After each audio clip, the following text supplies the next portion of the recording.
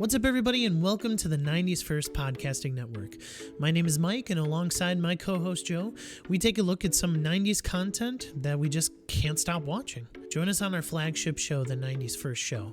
We look at some 90s content that Joe and I are watching, as well as some current stuff, and we end it with a 90s trivia contest. Or join us on Test Your Might, a video game debate show where we battle it out on the current news. Joe hosts as our good buddy Cicero and I try to get the high ground and go 1000 IQ against each other. If you would like to connect with us, we are on Twitter, Instagram, and Facebook at the 90s First. And finally, if you would like to support us monetarily, we have a Patreon. Head on over to patreon.com/the90sfirst to show general support for as little as $1 a month. So whether you're listening to the 90s First Show or Test Your Might, Joe and I would like to thank you from the bottom of our hearts. We hope that you have a blessed day.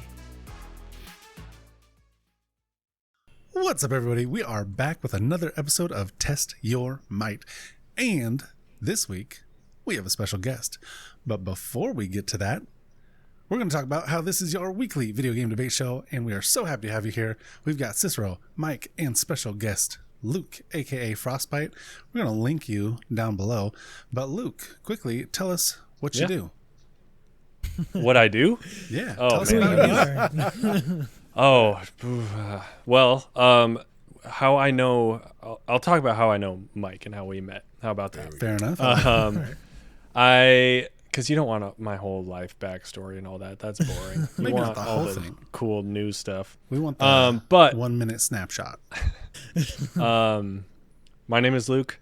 You also called me Frostbite. I stream on Twitch, and I do that just to connect with people on all sorts of different games and stuff. I've met a ton of cool people, including Mike here and you guys now. Like, I would have not have met you guys if I wasn't doing this. So I stream on Twitch. I play a lot of games, like FPS games, and just random stuff here and there.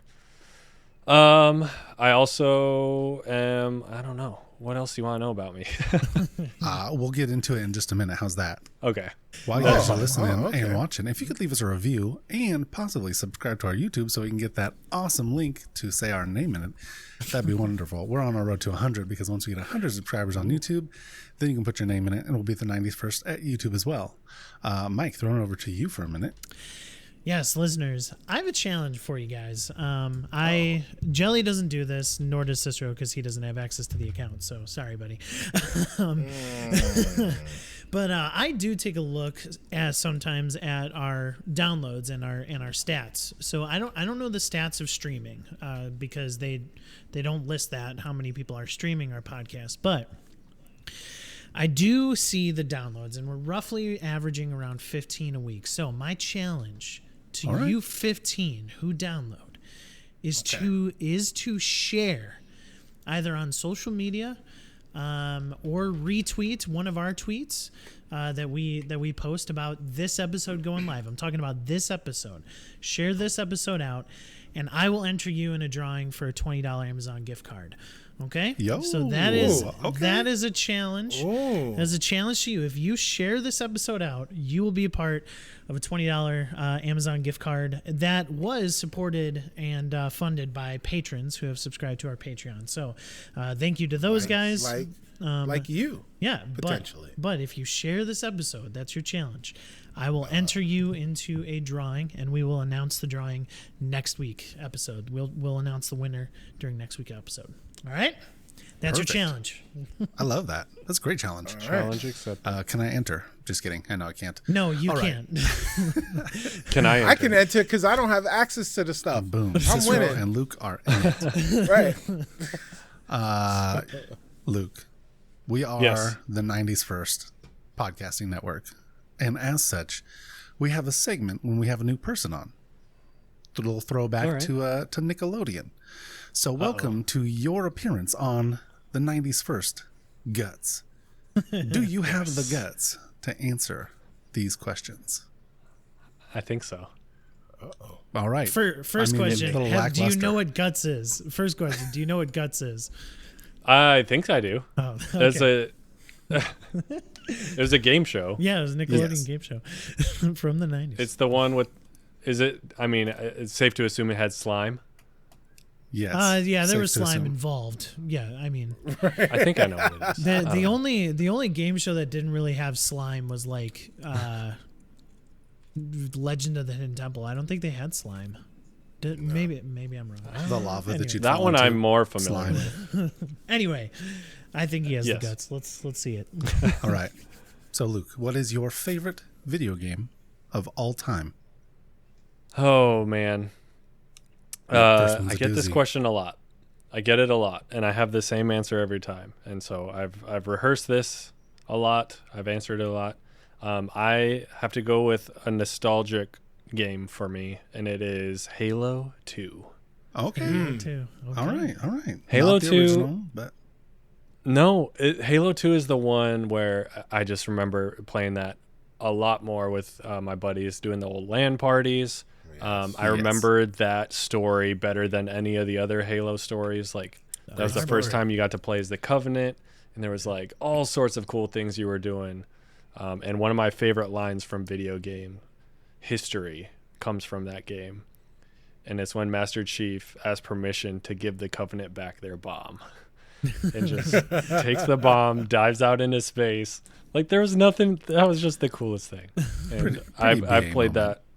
Oh, it's so good. That's my all-time favorite game. Probably I played it multiple times. all right. Halo 2. That's a great game.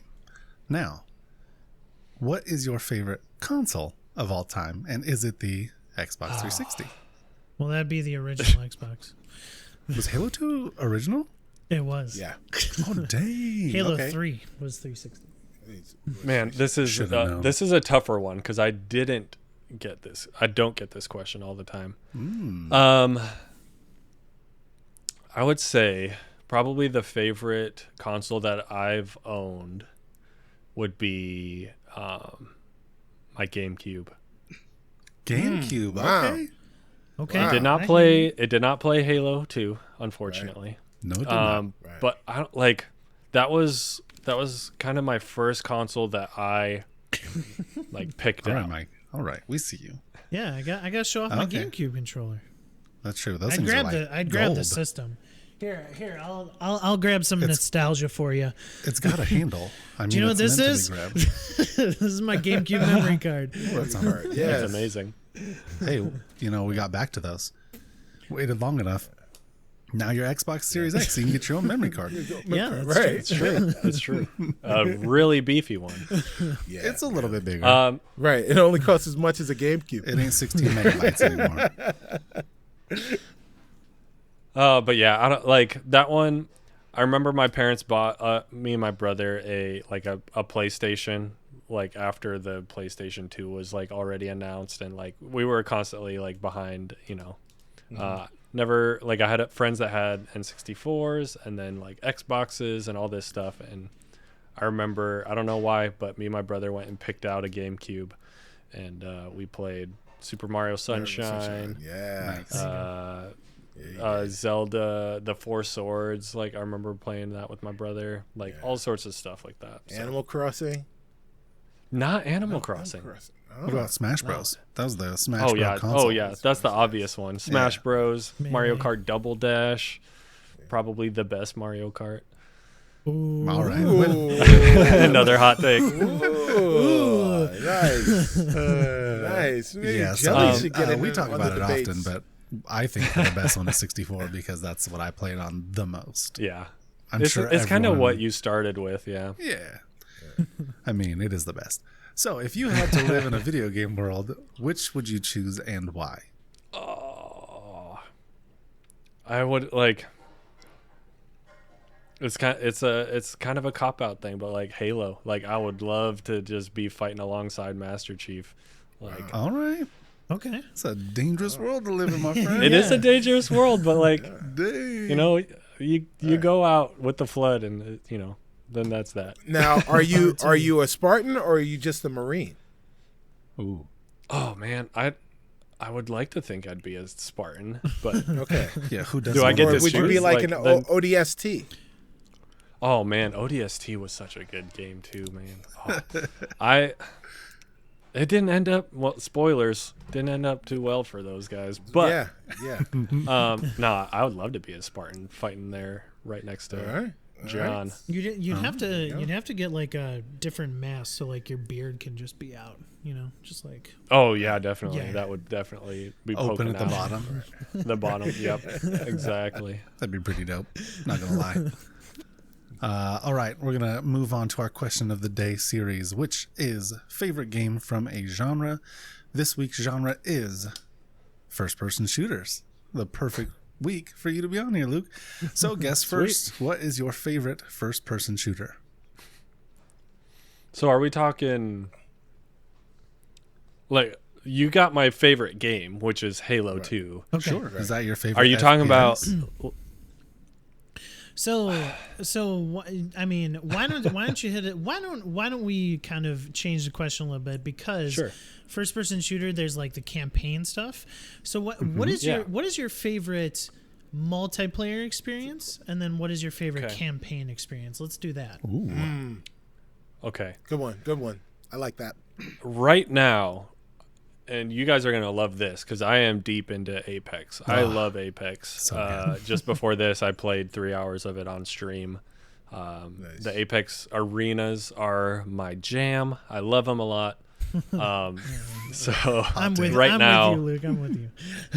right now, multiplayer, like it's just, I've tried other things, but I keep coming back to Apex. Yeah, I'm with you. Yep. What's your favorite campaign then? Or story mode, FPS? I would go back to Halo. I would say Halo. Nice. With right up behind it would be Titanfall 2. Oh my goodness, he's Perfect just answers. stealing all the answers. But that's not my answer. My answer is I'll leave that for someone else. But like, I love that campaign for Halo 2 was just incredible. Yeah. All I right. replay it all the time. Mike, did he take your answer?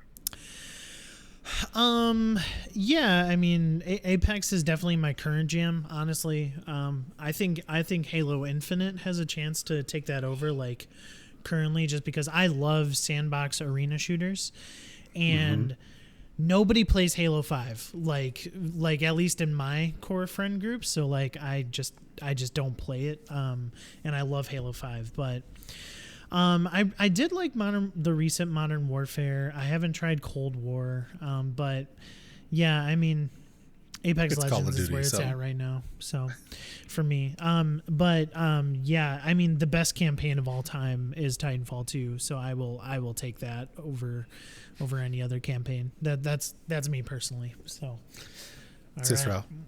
what is your favorite first-person shooter multiplayer experience and campaign story mode experience? So the favorite multiplayer first-person shooter experience is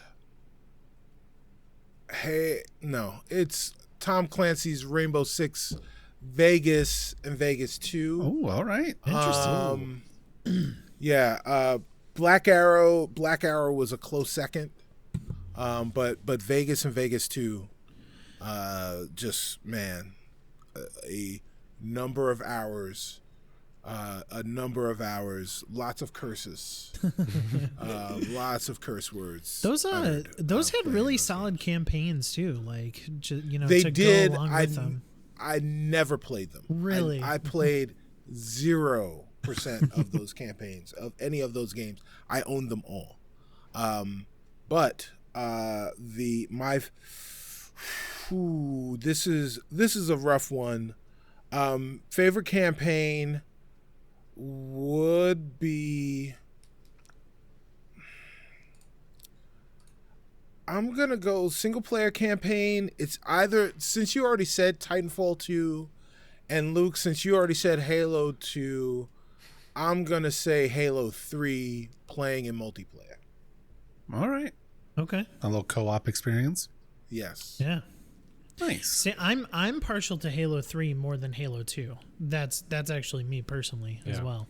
Because I love the story of Halo 3, and I think that ending that ending mission was just Right. amazing. So It's I mean, Oh, yeah. guys, it's Star Wars, right? It really is Star Wars. So the first game ends in a trench run. yeah. The second game ends in this dour kind of cliffhanger situation, and the third one ends in a bigger trench run. Oh my goodness. Mind enough. blown. Wow. Mike just got knowledge dropped on his dome. You realize you did that? Right. For those listening to the podcast, Mike just pointed back at his Master Chief Funko Pop. It happened. Hot take, I have not played the campaign on any of those games. I didn't even know they had one. No, I'm just kidding. I knew they had one, but I've never played any of the Halo campaigns. Oh, that was solely a missing- multiplayer experience missing for me. out. You're really missing it. I haven't played Mass Effect, haven't played Halo. I apparently have missed out on some of the best stories that video games have to offer. I did Yes. start Titanfall, and I will continue to play that. But that's not my answer. My answer for campaign is Perfect Dark. Ooh. Wow. I loved that game. I played that so often as a kid, and it might not have the best story, but I enjoy it. And like, I love that it wasn't easy. That was one that was like kind of hard. You had to figure out the right ways to do everything. You couldn't just power through it because you would die every time. So it was like a puzzle and first person shooter. And then I'm jumping on the Apex bandwagon. It's my game of the century. Like So good. I will continue to play it forever, most likely, and it is the one game Forever. Yes, Forever. just like Squid said. Apex is so fun. I love it. And I'm just gonna use this as my segue into what I've been playing. I've been playing Apex Season 9 Genesis event. That's all I've been playing recently. I'm trying to get to Diamond, so the grind to Diamond is happening. I'm not there yet, so boo. Cicero, what have you been playing lately? A lot of sports titles. Nothing really has changed from last week. I think I've just been playing sports titles if I think about it. Sport ball. So What's baseball, fake football with the football with your feet, so soccer. Real football. That's what the rest of the world call it. And listeners who actually like football, I am sorry for Cicero for Do you calling mean it fake. or American throw ball? No, I'm talking Right. American throw ball. throw ball, yes. See the antics you are coming into here, Luke. I'm sorry. So, That's perfect. and then yes, the that Canadian American game with the peach basket. There we Ball. I've been playing some of those games. I feel like I've been playing other games, but I don't. Oh, hey guys. Hey, I'm fat, and I need to be less fat. So I'm gonna gamify my weight loss by playing VR games. There you and go. I started by playing The boxing? a boxing game called Something Fight. Dude, I heard that's real. I heard that like you actually work up a sweat in the VR boxing. And I almost killed myself. That's what we like to hear. So, Thrill of the Fight I am playing. It was $10 and I had a $10 coupon. So it cost me 61 cents, guys. And I sparred for one round and I had to take it off. My niece came downstairs into the basement and said, "Oh, it smells like my daddy's armpits down here." so There we go. All right. It's working. It was a good so experience. it is a great experience. I will be doing more of that. Yes. Cicero, Right. can I have your permission for this to be our Twitter post this week? Because that was hilarious. Dude. Sure. Okay. Sure. All right. Thank you. Yeah. No problem. I think with No or without problem. it, it's safe That to is say it'll be up That there. is the thing that really happened. Mike, And hopefully it will happen some more. Mike, what have you been playing? Yeah. So complete, just a anecdote to what Cicero said. I am actually totally waiting for Ring Fit Adventure to be on like super sale so that I can grab that and help my my weight loss as well. I don't have nieces and nephews coming down to my basement telling me I stink. But you'll have very honest children doing the same thing. Yeah, kids are so honest. So yeah, yada yada, Apex Legends. But the one game that I did want to talk about that I actually started with friend of the show Sean Rugg. We started It Takes Two, which awesome. Yes, to which make a is thing go right. Yeah, sure. So It Takes Two, if you guys don't know, is a completely cooperative game, and the story behind it is that basically your child makes a wish that you as a married couple wouldn't get a divorce, and so that's the plan. You're planning on getting a divorce, and lo and behold, the wish comes true, and you become dolls basically that she has created, one the husband, one the wife, and basically you're going through co-op missions, learning about each other and trying to build that relationship back up. So that's basically the story premise.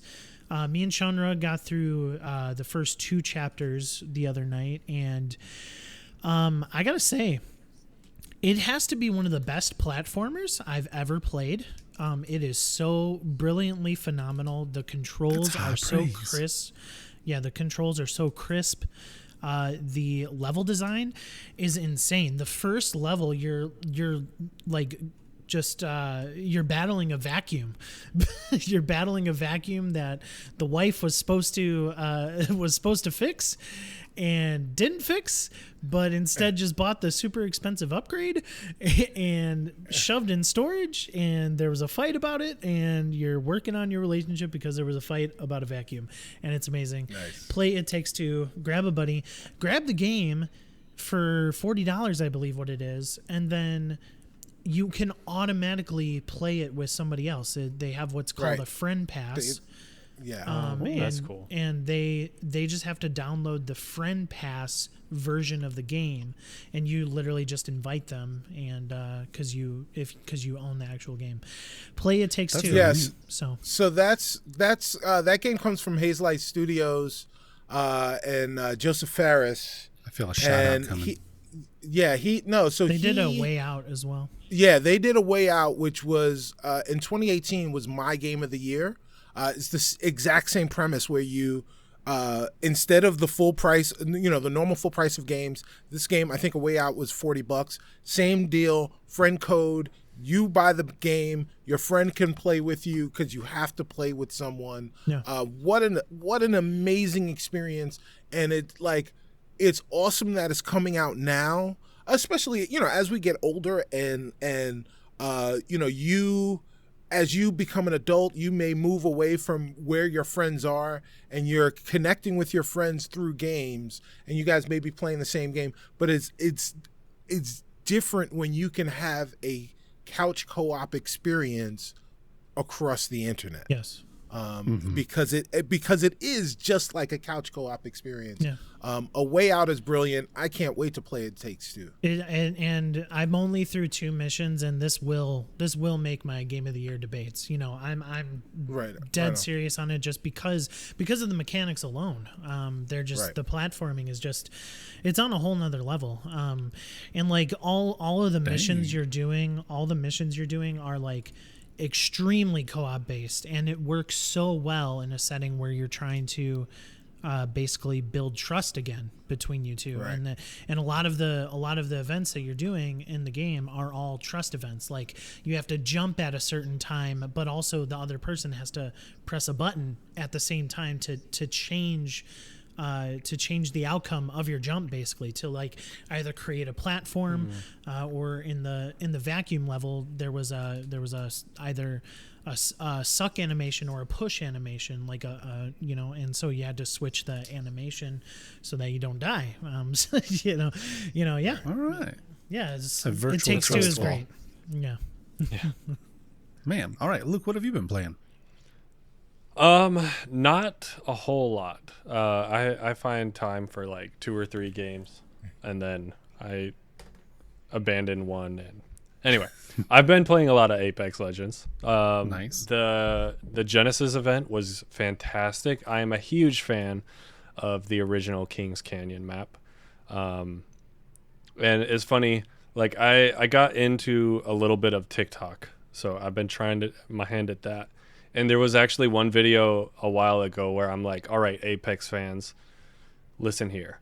I think they should introduce some new character that has like that time travel ability that you had in Titanfall 2, where you can, like, if they just introduce a character that can, I don't know, like zip around like that by playing with time, then they could introduce into the story like a way to go back to Kings Canyon.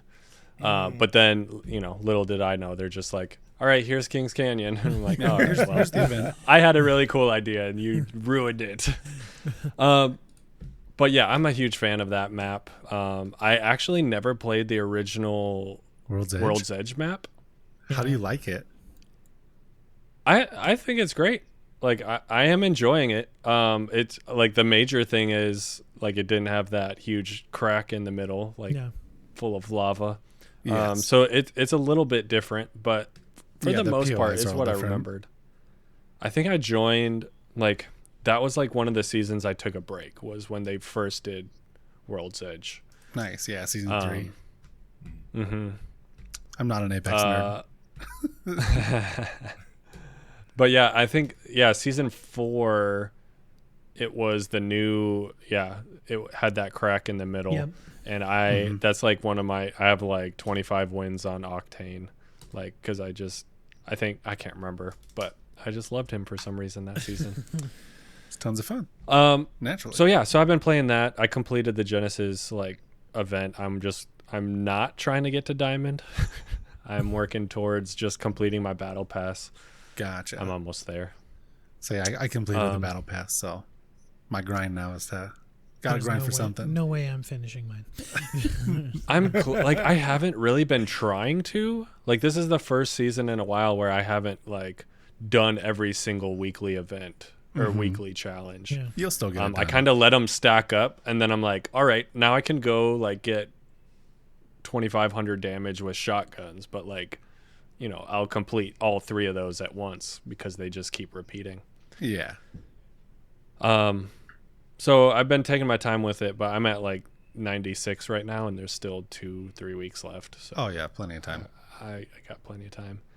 And then, so I've been playing a lot of that, streaming a lot of it, and on the side, I call this my AFK game because you could just click and let it go for a little while. Okay. And for those watching, we'll see it behind me.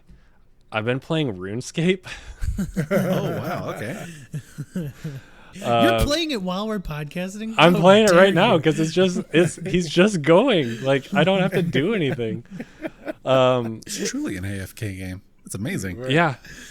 So I click a rock and he'll, you know, mine for 10 minutes and then I will come click a different rock. Like, so it's, I played a ton of it growing up, like my high school buddies, middle school buddies. Like, if we weren't playing Halo 2, we were playing some RuneScape together. So it's been kind of a fun, nostalgic trip. And Nice, that's really it's cool. just fun to have going on the side. I don't know. There you go. Awesome. But yeah, bet you didn't expect that. I was not expecting RuneScape.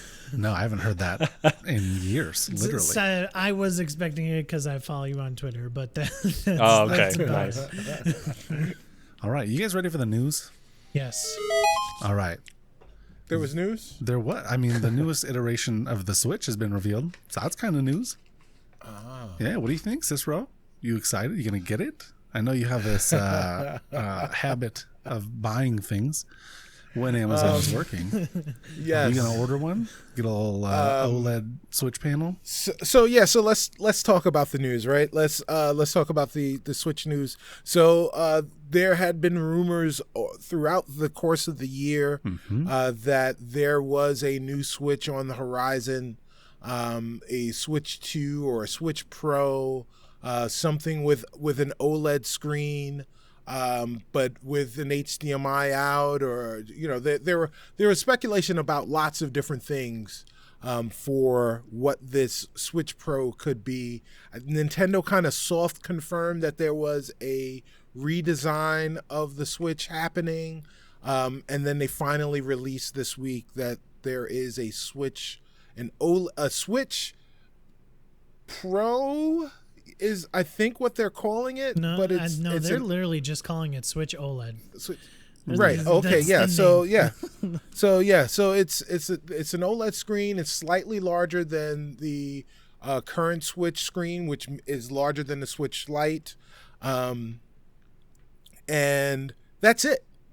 It's an OLED screen, right? Like How could it's you? the same Joy-Cons, the same Joy-Cons that are susceptible to drift. Maybe they're better. No, they're not. I know. OLED. They're not OLED Joy-Cons. They're not Joy-Con OLEDs. Yeah, so so what you've got is an OLED touchscreen, which is impressive. But I've got a Samsung Note phone, which is an OLED touchscreen, and about the same size. Maybe it's a little bit smaller. So what? But you know what the difference is between that OLED touchscreen on the Switch and my Samsung phone is my Samsung phone has Bluetooth. I can actually talk to people with wireless headphones on this device. And you know what? I can play games on that thing too. I can play console games on it. I could actually get a controller and turn that into a Switch. And it will have better functionality than a Switch. When I want to play with somebody online, I don't have to call them on my phone. I'm already on my phone. Right? But I don't even have to use my phone to talk to them while I'm in the game because my phone is smart enough to realize that, oh, hey, I'm playing this gaming application. I shouldn't get in the way and prevent you from talking to this person wirelessly through your headphones that are connected to your ears and not connected to this device, because it's we're in the second generation of the 21st century, and that makes sense. Like, why do you have wires for anything, Nintendo? So yeah. Am I getting this? Yeah. What do you think? Mike, I don't think he's hit it hard enough. What do you think? I think Cicero's getting it day one release. I honestly, I wouldn't put it past Cicero, but I think the concerns are cool. One positive is that I think they did add a LAN port, so you can actually get Ethernet to the dock, which I think the Switch needs because the online service is already bad. So at least have a hardwire connection for it instead of just wireless. Yeah. That's the one thing I need for my portable device is more things to tether it to something else. Oh no! It's gonna float away. What is it made of helium? It's called the Switch for a reason, Cicero. Like, plug it to your TV. Anyway, yeah. I mean, like, despite all the people, I feel like people got too upset about this, though. It's like Nintendo never once ever confirmed that there was going to be an actual 4K new Switch. They never did that. And I've also been reading some other articles that make it that the evidence as well as the argument for is just very clear to me. Like, y'all realize there was 6 versions of the DS? There's going to be 18 versions of the Switch, and this next upgrade is going to be a small OLED screen upgrade. People are going to buy it. And then there's going to be a Switch Pro, and I predict it will be the day Breath of the Wild 2 releases next year. I'm predicting. Whoa! So you're saying there will be a new edition in less than a year? I don't know less than a year because I think this comes out October 8th. I think Breath of the Wild 2 will probably come out holiday next year. And why not launch another a 4K version with Breath of the Wild 2? I mean, I don't know. That's my prediction. You could call me to it if you want, but that's my prediction. Yeah, I mean, the 3DS had like 3 models, like, you know, so I mean, this is what Nintendo does. It's not egregious because people buy it regardless. That's why it's not egregious to them. It feels egregious, but it isn't, because Switch has been the #1 selling console for the past year, every single month. So I don't know, Luke. What do you got? Yeah, how do you feel on that one? I'm kind of on Mike's side here, just because Nintendo themselves came out and said we're focused on software, we're not focusing on hardware. So like the fact that we got anything at all is kind of surprising to me. But because they said we're not really focusing on hardware this year, like just a new Switch with a new screen, like that makes a lot of sense to me. I kind of like that model of like, all right, here's the original Switch, and then they released, how long was it until they released like the next, not model, but they had a better battery. Oh, no, there was one in between there. Yeah, that's right. Yeah. They had it pretty much just had a better battery. Right. And then we get down better. The light, and then the Switch OLED. Right. I'm still rocking the original release Switch. Yep. And so this one, I'm like, okay, I skipped the one where they upgraded the battery. Like this makes sense for me to, you know, upgrade to. And then in 2 years, you know, 2 models later, then maybe there's another model that makes sense to upgrade to. It's kind of what Apple does with their phones. It's like, hey, here's the 10, and then here's the 10s, and then here's the 11. Here's, you know, and so on and so forth. So I kind of like it. That's why. Am I going to get Apple one? Products. Am I going to get one? Probably not. Not yet. Probably not yet. It's going to be tough to get one right at the beginning. Once it's worth the upgrade. Yeah, down the road, maybe I will wait till next year and see if they have the Switch Pro. Yeah, who knows? If it's that is a Cicero's difficult prediction, because Nintendo games aren't made in 4K. They are made not cheaply, but they're in Nintendo resolution. Yeah. Yeah. So it's like you put that in 4K. Like, do you really want to see that your Nintendo games in 4K? I don't know. I'm on the fence about that one.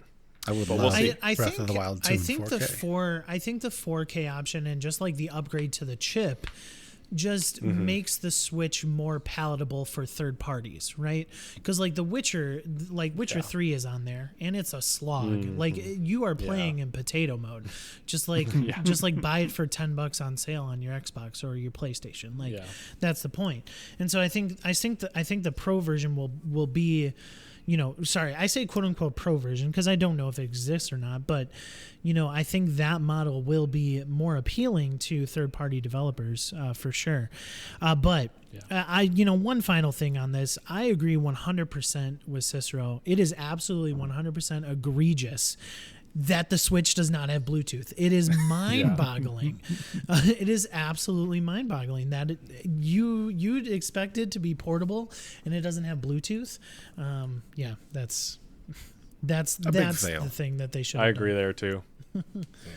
Well, and the other thing that we failed to mention about this console is that the MSRP on it is $349.99. So for that price, and for that price, you could get a Series S and half a year of Game Pass. Yeah. Right? Or at least 4 months of Game Pass Ultimate. You could buy a Series S, pay on it monthly, get Game Pass Ultimate included with that price for the year that you're paying on it, and get another half a year. So you get 18 months of Game Pass and a Series S for the same price. Yes. Not that it's a better deal. Right. You guys, Assassin's Creed going live. What are we thinking about that?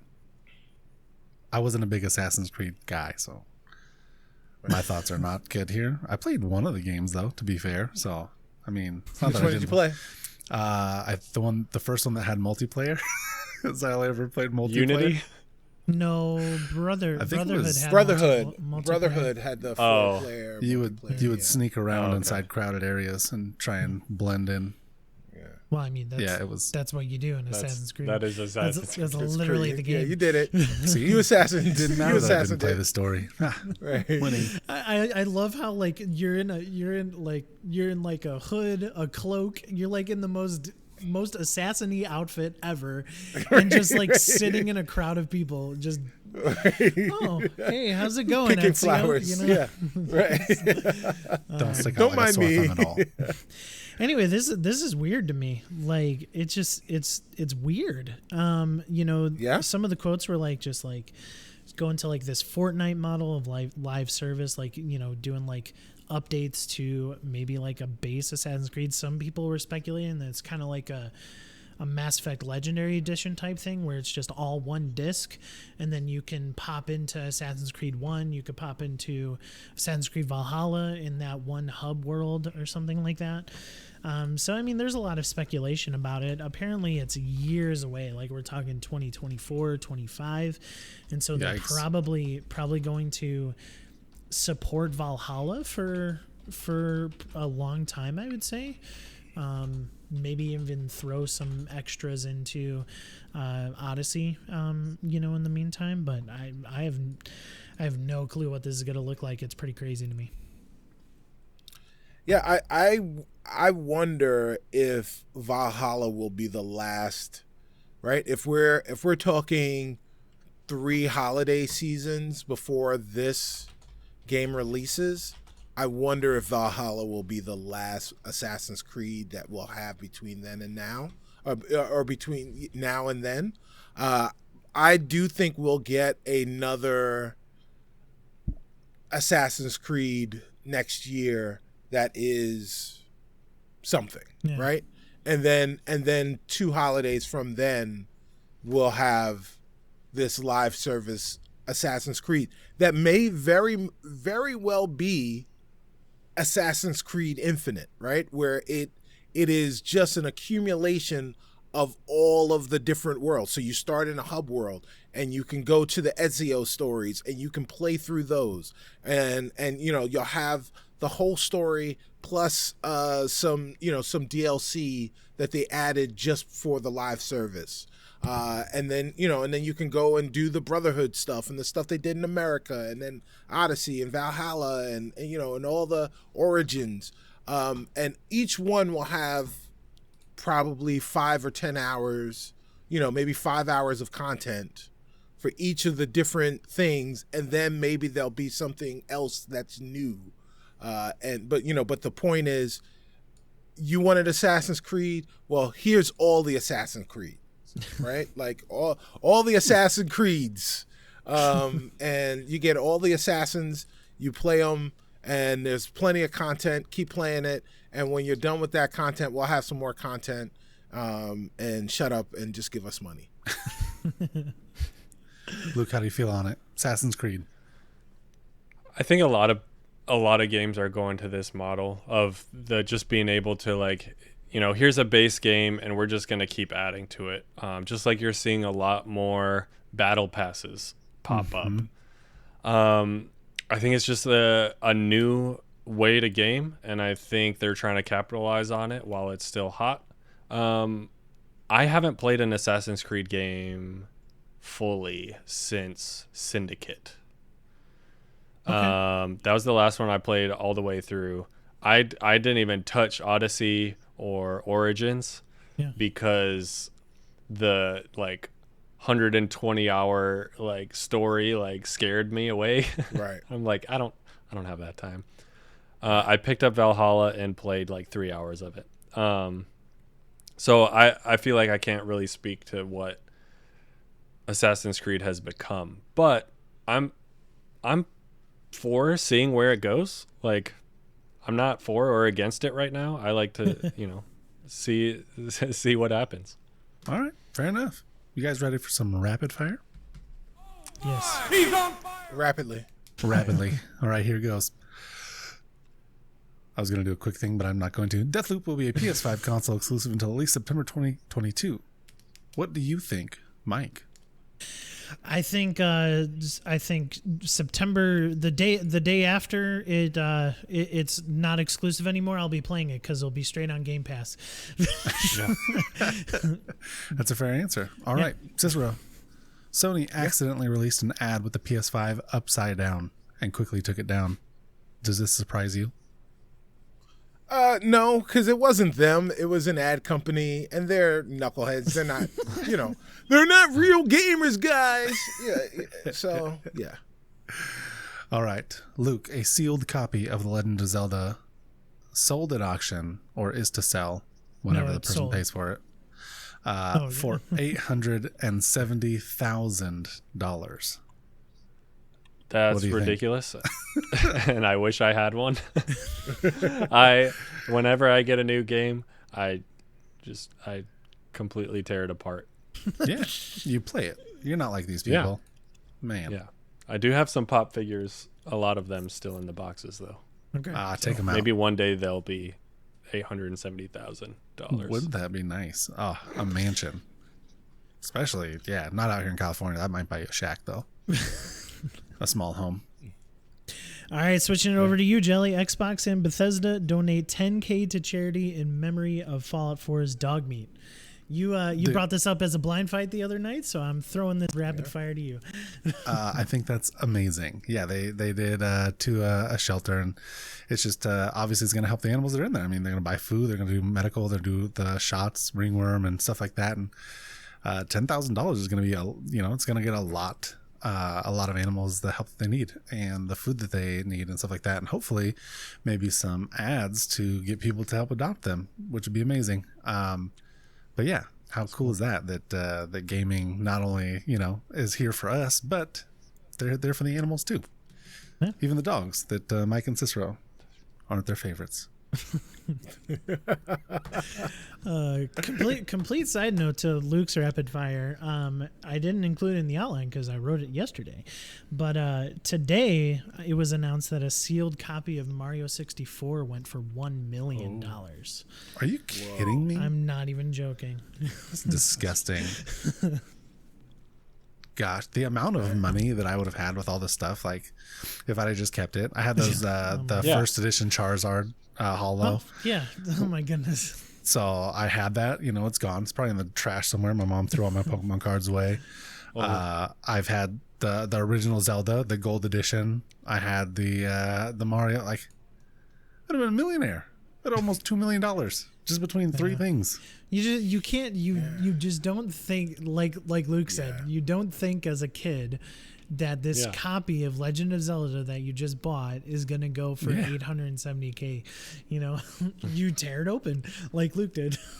Oh yeah. Well, first off, you'll never be 35 years old when you're 10 years old. Yeah, no. Well, hopefully not. So what am I going to do? Right, like not play Zelda and sit and listen to my friends have all Zelda fun, and I'm sitting there with Zelda with no Zelda fun because I'm gonna be rich.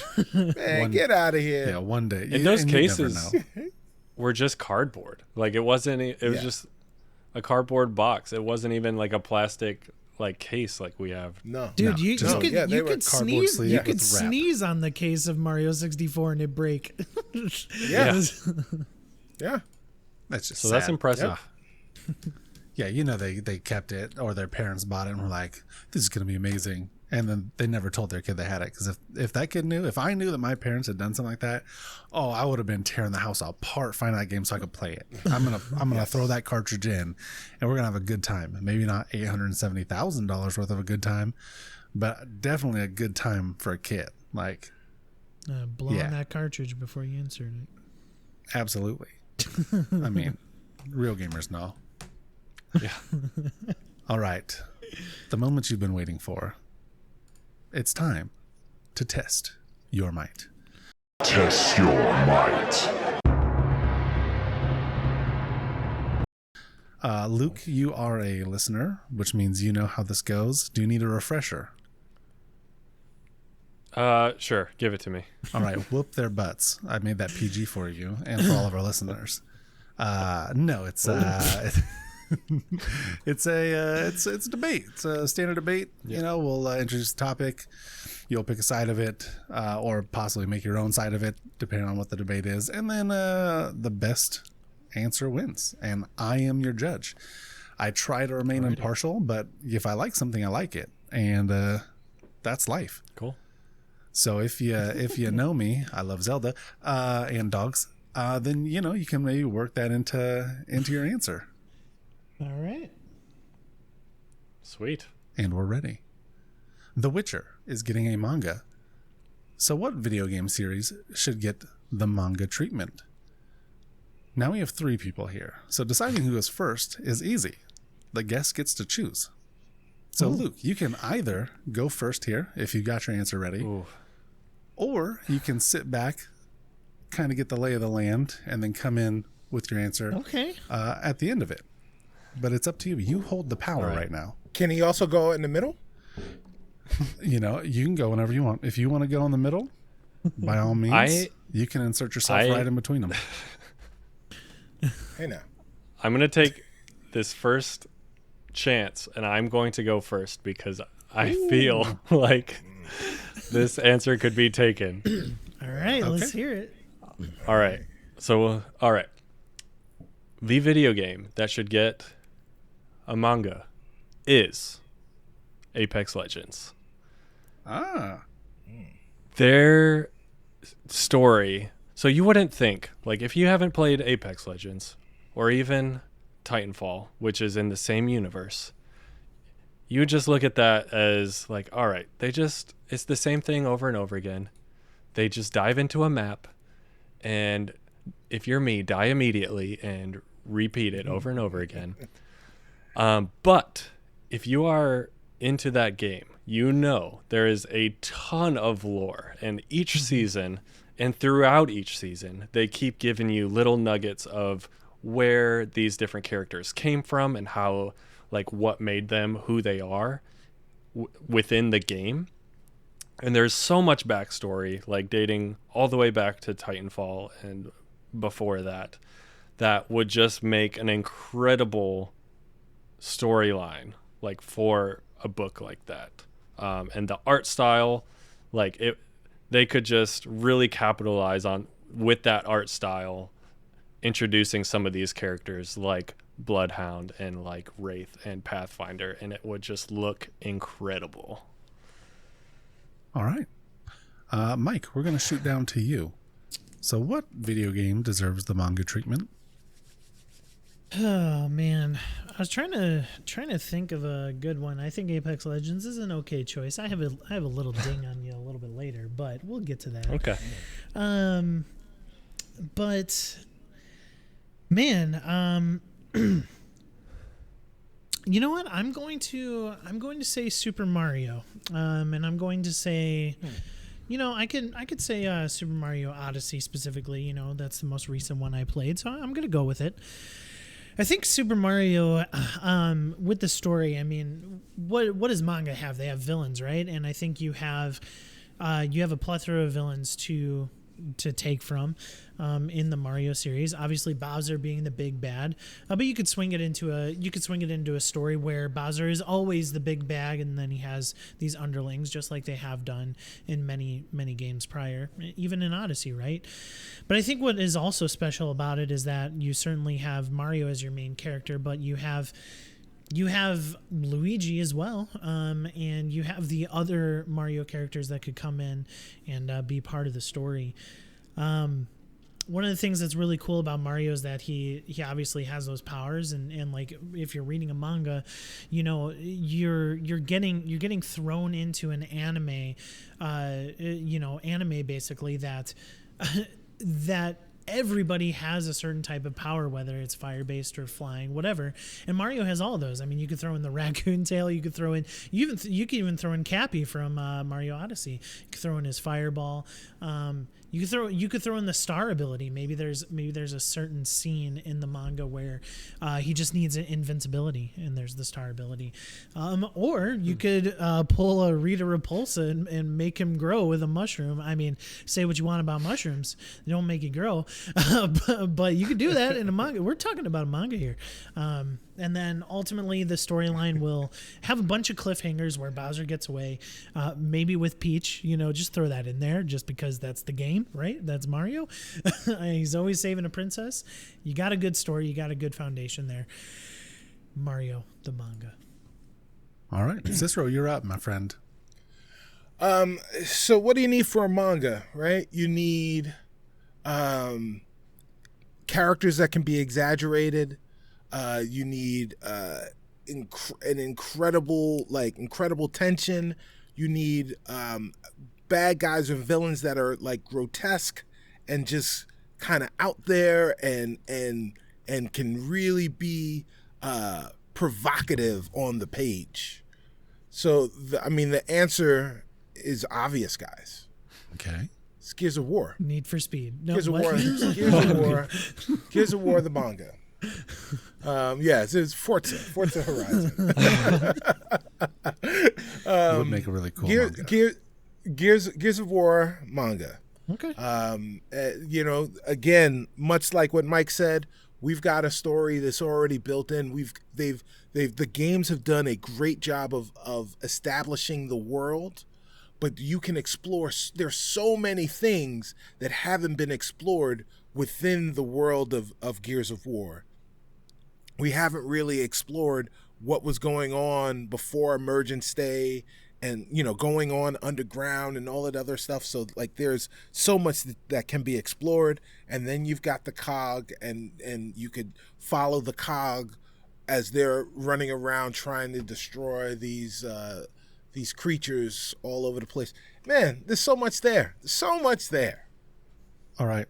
Luke, it is your turn to smack these guys down or to bolster your own argument, or maybe a little bit of both. All right, we'll see what we could do here. So, yes, I agree with Cicero here. There should be, you got to have a lot of different characters. You got to have some big, grotesque enemy, that's great. And I think Gears has some of that, but you've got this whole list of characters, and they're just of Apex Legends, and they all have their own unique abilities. And this is kind of going into what Mike was saying as well, of you've got all these things, Mario's got his mushroom and a star and all of this stuff, but the Apex Legends, each one is so unique that it's got you got someone that can teleport, you got someone that has these enhanced tracking abilities, you got zip lines, you got robots, you got all sorts of different things coming from every direction of you just never know where it's going to come from. And so then you got these enemies like Ash, who they just introduced back into the world from the Titanfall universe into this universe. And she is kind of conducting these arenas. And so it's you've got characters you can pull in that, where they're going to have to go up against this person. And then you got giant robots and stuff. What's more manga than giant robots? Okay, I hear what you're saying. Mike, on to you. You know what? Luke, my one ding against you is that what is manga but a reversed comic book, right? And Apex Legends has comics already. They have comics in the game. They also have a short series from Dark Horse Comics coming out, a 4-part series. So they already have something. You guys could correct me if I'm wrong, but I haven't seen a Mario comic at least in a long time. I think if we're talking about a series that might deserve a manga manga first, Mario might be it. He's ripe for the page, right? He is there. He's ready. He's got the cast of characters. Luigi's there, Peach there. You got so many games that you could pull ideas from. I mean, think about it. Mario Galaxy, you could bring people into space in one of the story arcs in this manga. I just think Mario has a great cast of characters and also a really good villain. Like, despite Bowser getting beat every single game, that's just because Mario's BA. But despite that, Bowser is a maniacal. He is a maniacal villain, and he does a good job each and every game until that last boss fight. All right. Hero's always got to win. Okay, yeah, Cicero. I'm gonna keep my whoop. Yeah. So these guys are making some, or at least attempting to make cogent arguments to say that they are the one that can be the one with the right manga. But of course, we already know that it is the Gears of War manga. Like, we already know that that's what it is. So I'll just spend my time talking about how the Gears of War manga is the right manga, right? Like, the stories are already there. Like, you can have a manga where you're just focusing on the enemies. You can have one where you're just focusing on the cogs. Like, you could have one that talks about, like, stuff that's happening that's not in the war per se. Maybe some just war stories where someone's recounting a story.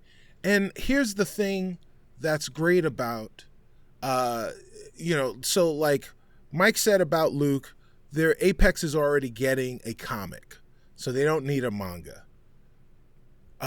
Super Mario Brothers, we don't know if there's a manga, but it's a Japanese property. It's been around for 40 years. There probably has been some in Japan, right? But what has been happening historically with Microsoft and Japan? They can't get a foothold in there. They can't figure out a way to get the Japanese gamer to care about Microsoft first parties. Maybe they're doing it wrong. Maybe instead of trying to get them to care about the games via the games, maybe they need to get them to care about the games via the manga. If you read the Gears of War manga, then you want to play the Gears of War games. And you can only play those games on the Xbox family of consoles and PC.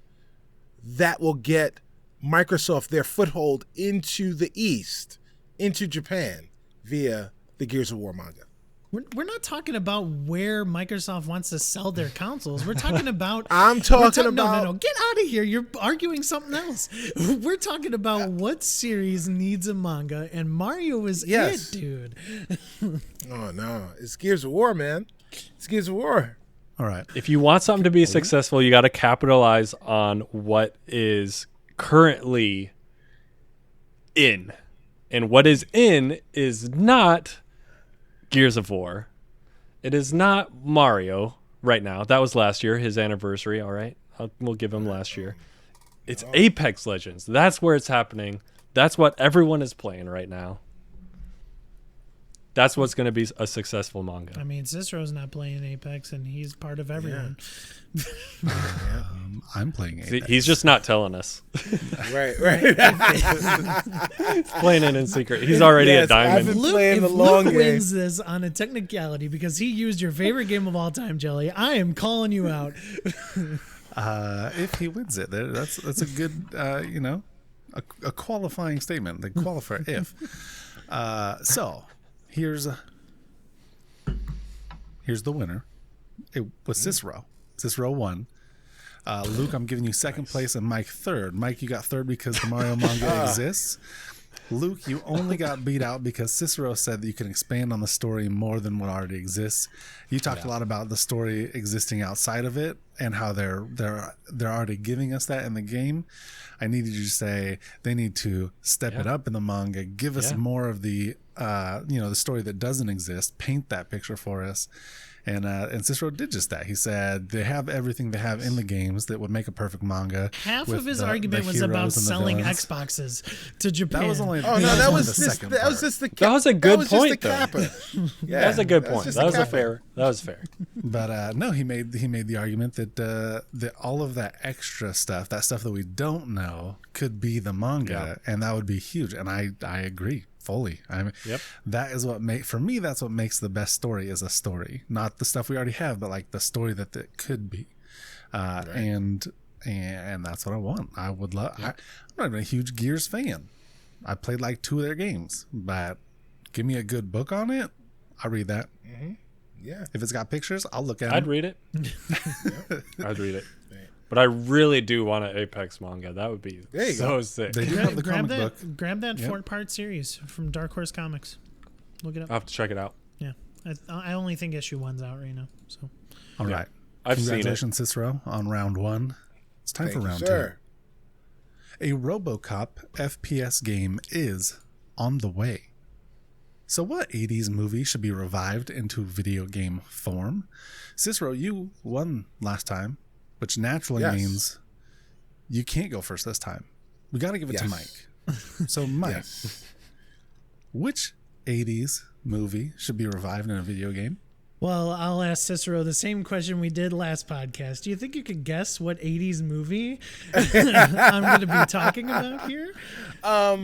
Well, so considering that game has already been made. Yeah, but we're making a better Actually, technically, that game wasn't made. The sequel to the movie was made as a video game. Yeah. So that's why we're talking about the Goonies, baby.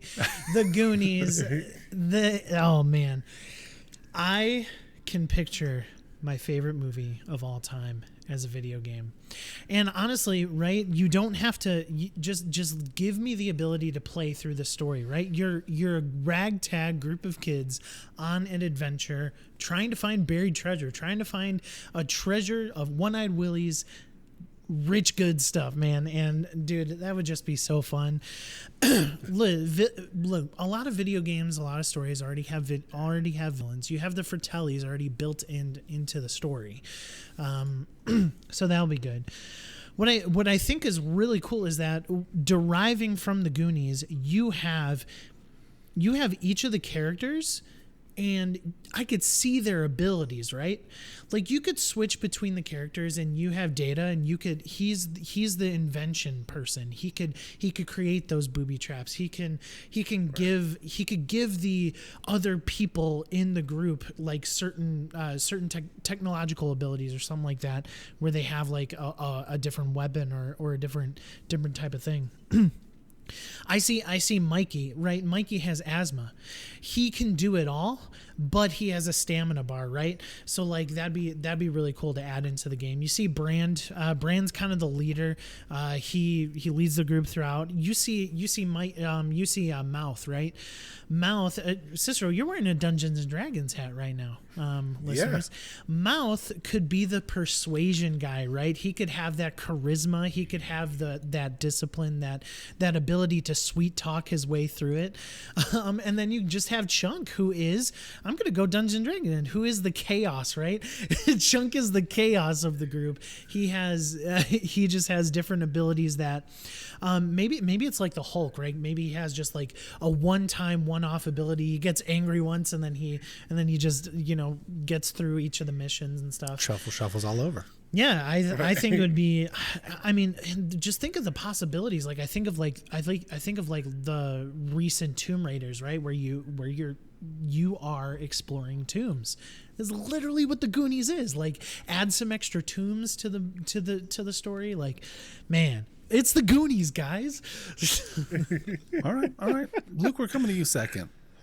What 80s film needs to be remade into a video game? I've gone back and forth on this question.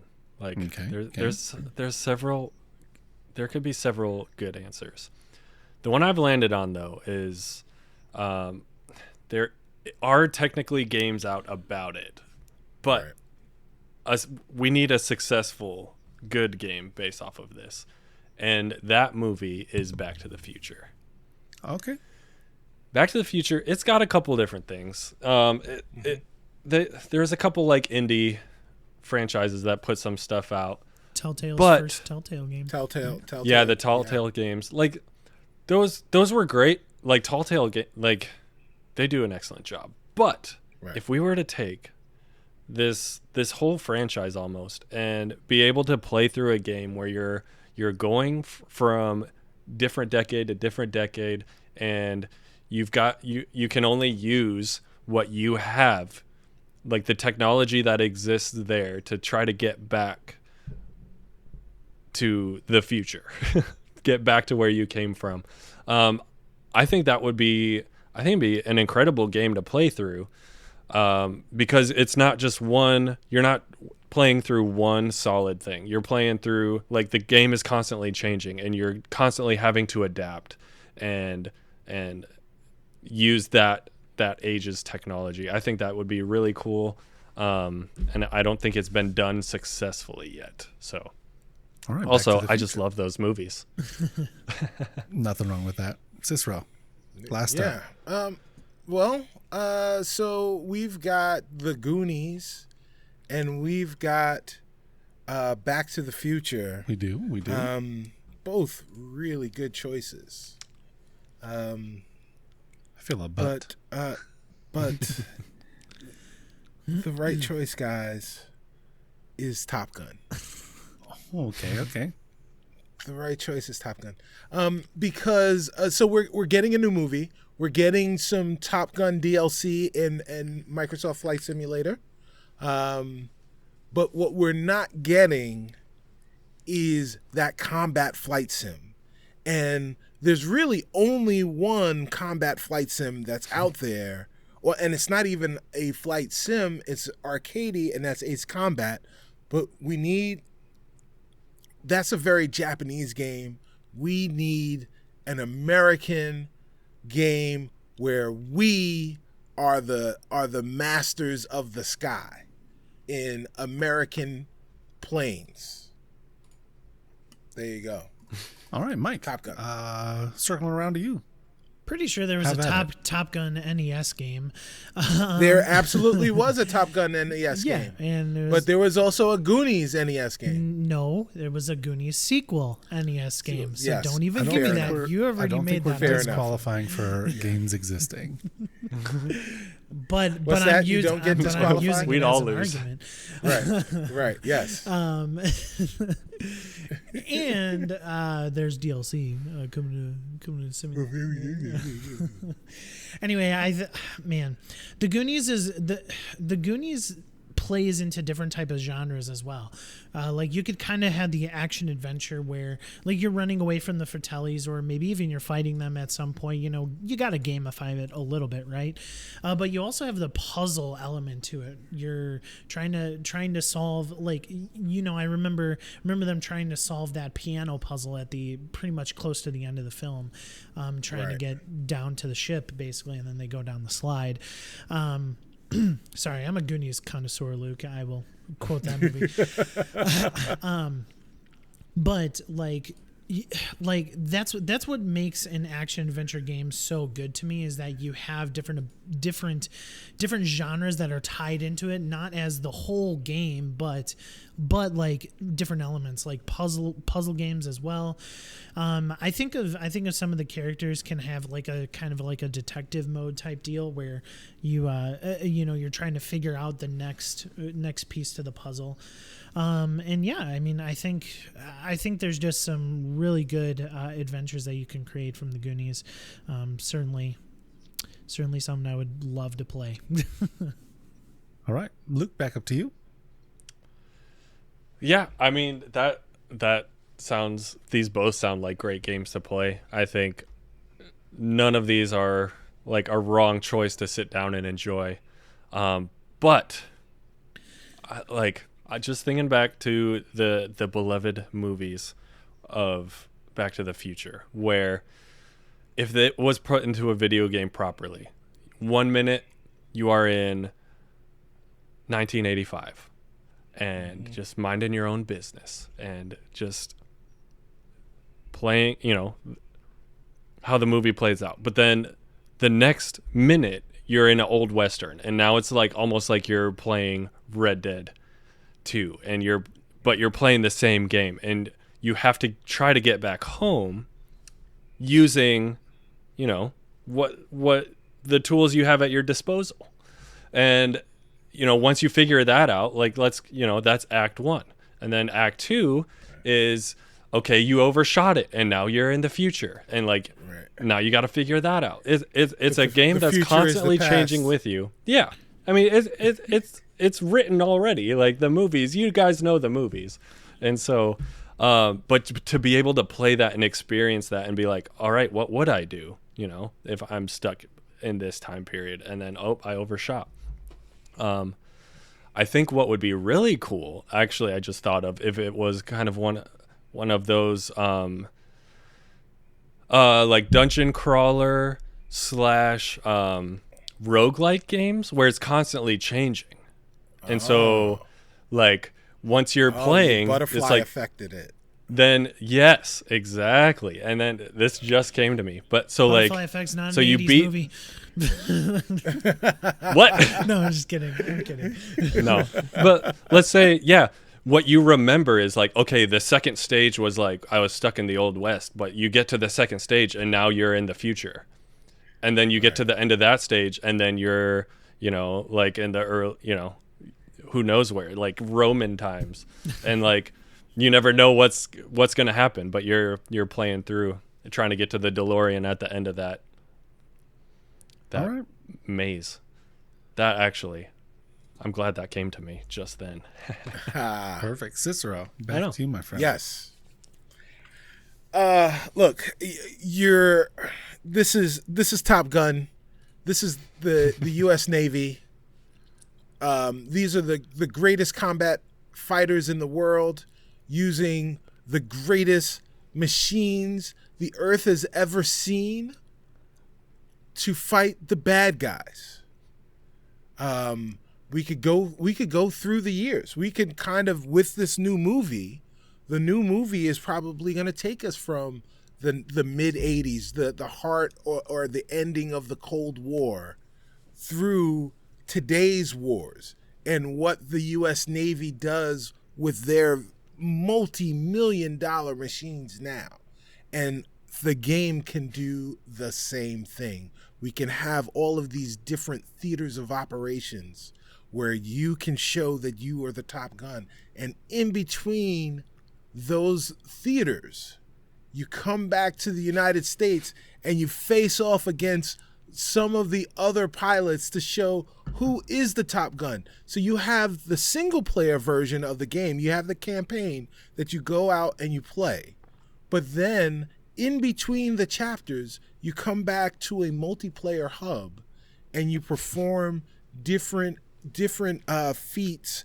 There are different game modes and stuff like that where you compete against other players that also have the game to see who is the actual Top Gun. I like that. I like that a lot. Last thoughts before we move on. I'm looking for something from each of you that I haven't heard yet, and I'm not going to tell you what that is because I feel I'd be giving it away. But just quick thoughts right here at the end. Mike, we'll start with you, then Luke, then Cicero. Okay, Mike, touch more on the game. Mine is fully local co-op and online co-op as well.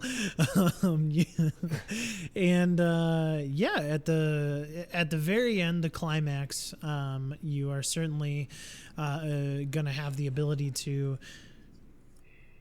steer the ship. and Mikey gets knocked out and has a dream and fights One-Eyed Willie. All right. Luke, final thoughts? Yeah, I don't know what else to say about it other than this can be a fun, like I imagine this being the perfect Switch game to like play on the go, play it on your TV. You play it wherever you want. In the end, you're satisfied. Like you get to the very end, you finally make it back home, and you have that sense of accomplishment. All right, and Cicero. Top Gun becomes the newest esport. We've had FPS esports, right? We've got sports ball esports, but we don't have any aerial combat team mechanic esports. Top Gun becomes that, where your multiplayer combat is your squadron versus another squadron in the air. All right. Hey, you guys. I didn't hear what I wanted, but we still have a winner, so that's all good. The winner didn't change. Mike, I'm playing your game. I'm playing the Goonies. I would love for that to be a fun adventure game. Jump in, play the different characters. They have the abilities, run through, do the adventures, especially if it's like, if it's similar to Indiana Jones and less Lego Movie. I was afraid you're going to, or like the Lego video games, I was afraid you're going to go that route, and you didn't, thankfully. Yeah, I want to play that game. Next up, I'm playing Top Gun. Luke, I'm sorry. You should have done Bill and Ted, because I would have played that. Yeah. That's the one. So my played. original, I was gonna say Die Hard, and I didn't know where I was gonna go with it though. Like we've been talking FPS all the time, and I'm just like, how would it be? Like, how would it make a good FPS game? And then like last minute, I changed. Wait, so I won? You did. Oh, okay. I was confused. I was confused. I was a top, middle, and or a gold, silver, bronze. What if were you you? will. What were you looking for? Like, Yeah. So for you, Mike, I wanted more on the game, like the gameplay, and then I wanted to know if we were going to go off book, so it wasn't just the movie. If we were going to get a little bit of extra in there. I gave that to you with the One Eye Willie fight. Yeah, you kind of did a little, but not really. I was being stupid because I didn't know what you wanted. I wasn't sure either. Yeah, it wouldn't have been fair to be like, okay, this is what I'm looking for. This is what I want you to say for you to win. Right. Yes. Say that. Yeah. Say this specific thing. So for Luke, I was looking more of what your game was like to play. And you did come there at the end with the kind of changing, and it would adjust, and like I got a little bit of a sense of it. But I just needed more cohesive of what it would be like to play Back to the Future. And then Cicero, I wanted you to have shirtless volleyball. Obviously, you said a Top Gun, and there was no volleyball. Yes, there was. Yes, I forgot about the volleyball interstitials. Yes. So yeah, those would have been the things that would have been like, oh, clinch, easy right there. That's the win. Naturally, the volleyball scene. Mike's was good, yeah, and like who doesn't love the Goonies? Who doesn't love an adventure? Yeah. The fact that it's different, you get puzzle opportunities and you get kind of adventure campaign opportunities. You get a little bit of everything in that, and I like that. I was a very broad answer, so maybe that helped a lot. And there's booby traps. That's what I said. Booby traps. All right, on to the next one. Movie. He Luke, loves that it movie. is my favorite movie. Yeah. I love it so That's much. great. All right, what will be the best game this year that has yet to be released, or that hasn't yet been released? Take it how you want it. It's not out yet, but what will be the best game this year? And we're running out of time. It's July, nigh on 6 months. I'm trying to give you guys time to think about it here in case you didn't read the outline. And so I'm going to ramble for a few minutes. Listeners, I love you guys. Thanks for being here. Oh. Obviously, you guys make the show amazing. Yeah, I'm good. Perfect.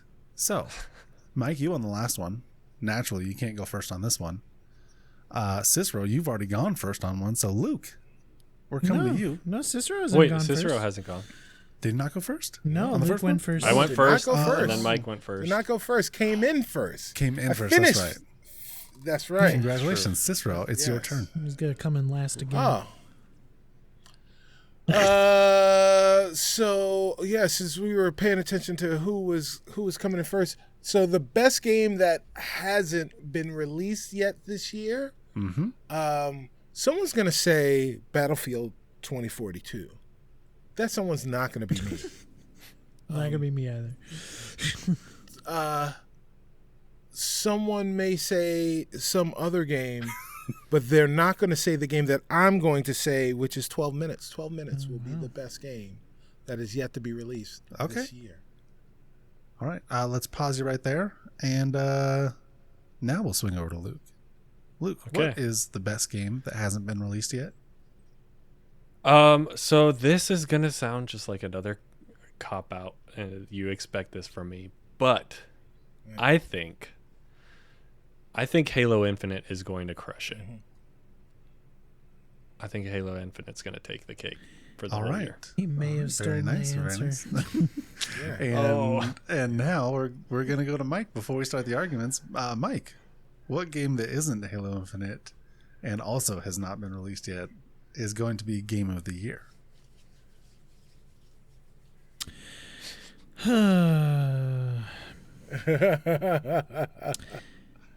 Part of me wants to say Metroid Dread, but I don't think I could argue that from a stance of clarity.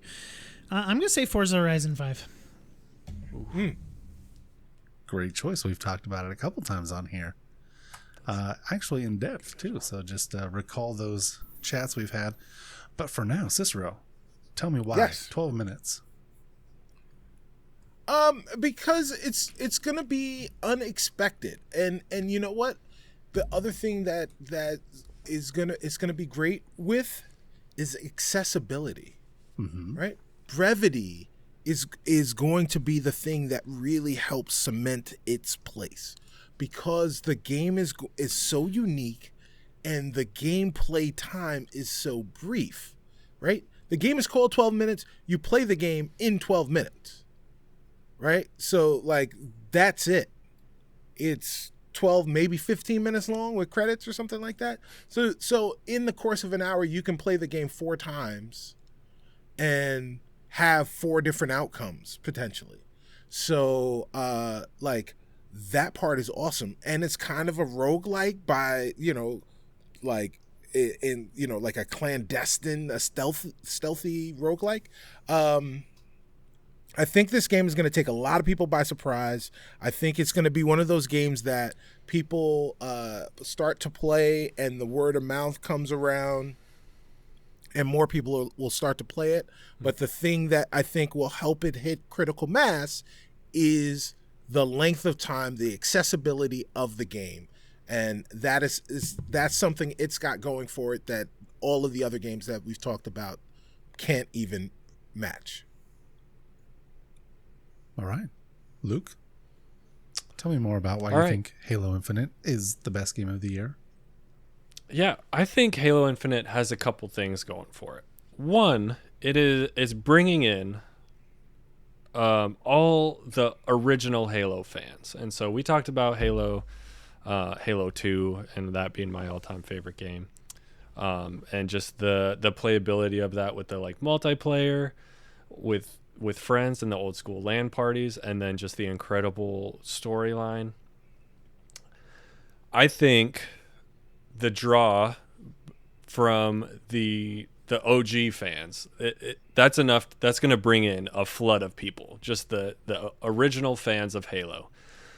But they're doing a lot of new things too. They're introducing kind of an open world aspect to it. Where you're going to be wandering around this map, going from mission to mission, and not just loading in the next level. You're going to be playing through it. You're going to have to fight your way, kind of how ODST was, but on a much larger scale. And that's going to bring in some new gamers, new people that love that open world concept, that want to play, that have heard about Halo and like, I never really got into it. People that have Game Pass that are gonna dive in and try it out. You got those two fronts of people that I think are going to make this game successful. And Halo, it's Halo Infinite. They're gonna be constantly building on this game, and so who knows what's in the future? Like the future could hold a battle royale version, and that's gonna bring the battle royale people in, the Apex fans, the Warzone fans. So I think it's going to touch a lot of different gamers and bring a lot of different people in. All right. Good points. Good points. Mike, Forza 5. Tell me more. So, I mean, Cicero talked about accessibility, and what's more accessible than an arcade racer, right? Forza Horizon has been the pinnacle of driving games in ever since maybe Forza Horizon 3. Some would potentially argue Forza Horizon 2, but regardless, all of them have been phenomenal games, and they have taken over the mantle of arcade racing. Like Need for Speed, no offense, has nothing on it now. There's no other game that is comparable to this, and people want that arcadey experience. What's brilliant about Forza Horizon 5 is that another piece on accessibility, as Luke already mentioned, it's going to be in Game Pass day one when it releases. Right. And on top of it, it is for every single piece of Xbox's ecosystem, right? Cloud. It's going to be on the Series consoles. It's going to be on Xbox One as well. But what is going to make Forza Horizon 5 one of the best games of the year, if not the best, is one, the visuals. My goodness, like, have you seen some of the screenshots that legitimately look just like a picture of the actual place that they rendered into the game? It is going to look phenomenal. You're going to have it on your big 4K screen TV, and you'll have ray tracing and stuff in there, and it's just going to look brilliant. And you having the ability with these newer consoles to play in such a open world that is absolutely gorgeous and takes your breath away. I'm looking forward to traveling Mexico come November. But also, I think they're bringing a lot of innovation to the game as well. There's a new mode where you could create games yourself inside the game. Like there was, I remember they were showcasing somebody created like a bowling arcade game, basically. And so like it's really cool that not only do you have a huge open world that is Mexico, and they've even already said that it is their biggest and their most vivacious open world that they've created. But also you have just this like community level aspect to it, where you have the battle royale mode that was in previous Forza Horizons. You have the weather mode. You have the sandstorms, the tornadoes that they're going to be doing in this new game now, which is really, really cool. But also now that you have this added element to it where you have like this community level game building design that everybody can download your map and everything and play your game. I think it's just going to be a huge talking point come November, and I think it's going to be up there on a lot of people's Game of the Year talks. All right. Anyone want a chance to smack at the other one a little bit before I make a decision? I'm good. I like these games too much, so Yeah. I'm good. Yeah, I just want to say that 12 Minutes will also be on Game Pass day one. So. I mean, I think they'll all be on Game Pass day one. Is what it seems like. Yeah. So, it's great. So Game Pass is the winner. For right. The gamers are the winner, right? Game of the Year is Game Pass. So, sorry guys, I'm sorry you guys lost. Gosh, I don't know. Shoot, this is the hardest one for me to decide on because you guys just described the game so well. Dang it. I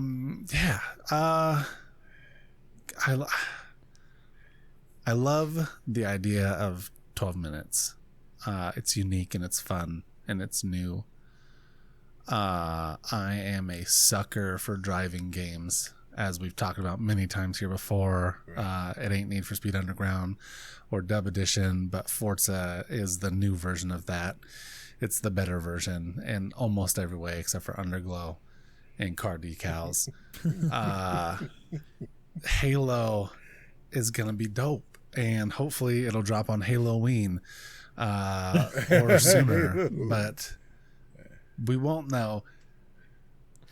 Flip. I'm going Halo. All right. There you go. Luke's I on think the it's gonna be board. Halo. Yeah.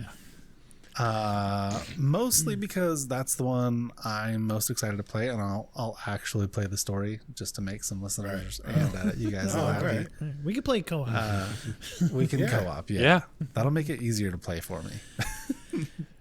But, Cicero, Mike, I'm really excited for you would for have that. won And this argument, Cicero, if you mentioned the voice cast of 12 minutes. Oh yeah, James yeah, McAvoy. yeah. Oh, The that cast. too. Dude, Yeah, James the cast McAvoy, is Willem amazing. Dafoe. Yeah. Like, Yeah, and it's Daisy, a fucking Daisy cast. Ridley. Yeah, it's a legit cast. Yeah, Mike, you had some it's good gonna be an points with awesome the game. with like the versatility of Forza, where you're just like, it's got party games, it's got game builder, Right. it's got all this, like, yes, like that.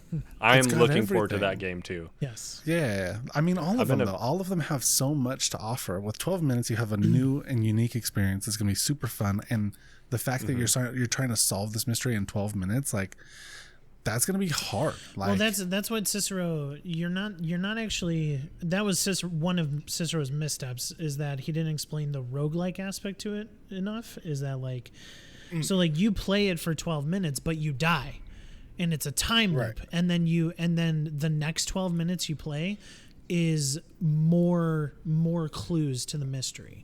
So like you're not necessarily playing for the 12 minutes and then you're done. You continually are playing Until you solve until you solve Right. it. So and yeah, no, I know that. I was Oh. cheating and reading the my description. bad. I'm sorry. I did that with all of them. For I've the got listeners, the wikis up for all of them. Play 12 Yes, minutes. for the listeners, Play yes, 12 I did minutes. Yes. I did a bad job of describing. I love Cicero. But yeah, so Luke, you're on the board. Halo Infinite. I'll probably put 12 minutes second and Forza third, just because I'm really excited to play 12 minutes. Wow. And Forza, I've got Forza 4 already on here, Wow, and but you don't while have it's really fun, Forza 5 yet. yeah, I can't imagine it's going to change that much. They do have a lot of cool things, and we get the OG Top Gear guys on there, so I'm looking forward to that. Who doesn't like Jamie Clarkson and phone throwing? So gotta love those three. But are you guys ready? This is the last one, Yes. and then we're gonna have You to know. declare a winner. So here goes it. Death Stranding and Ghost of Tsushima are getting a director's cut. So, what game also needs a director's cut? And Luke, I'm sorry, but you can't go first on this one because you just won. So, Mike and Cicero, Bummer. I'm gonna choose. Okay. We're gonna respect our elders, and so Mike, you're up first. Cicero, Thank you, sir. Cicero's you'll be older second. than me. Yeah, Thank you, sir. Which is why we respect him. Yes. And let him let go you go first. No, let you go the first. The respectful What? thing would be to let him hear your answer, and then he gets to Exactly. Yeah. Yes. Normally, it's like hold the door for him and let him go in first, but no, not this time. Right. Yeah. I see your logic, and I understand it. The real But Mike- answer is Halo Infinite. No, I'm just kidding. Apex. Apex, right? Oh man, the real I reason agree. is because I don't think I'm ready. I That's the think fun of it. I think It Takes Two. I think It Takes Two needs a director's cut. I know that I Jelly, don't take me not finishing the game yet as something that to negate me. I know that might be a sore, but listen. I think what's cool about the story premise to It Takes Two and the ability to have a director's cut would just not only give the ability to create more levels that would be fun to play, that are exploring issues in people's relationships to try to fix and restore them. I think that'd be cool for Joseph Harris and all those guys at that company to create some more levels. But also, I'm thinking another, like, I'm thinking like the movie side of director's cut as well, just like kind of playing through some missions and getting the developers' thoughts behind each of the missions. Like, what would be really cool is if they would be transparent and they would talk about, you know, times in their lives that influenced this moment in the video game, that type of thing. So I really think that angle of the director's cut would be super good as well. And plus, this game, I'm kid you not, guys, please try it. It has some of the best 3D platforming that I have ever played. And to be able to play more levels where you're exploring relationship issues and solving those relationship issues together would be phenomenal. Would be another phenomenal addition to what is already, even though I'm only 2 chapters in, a phenomenal game.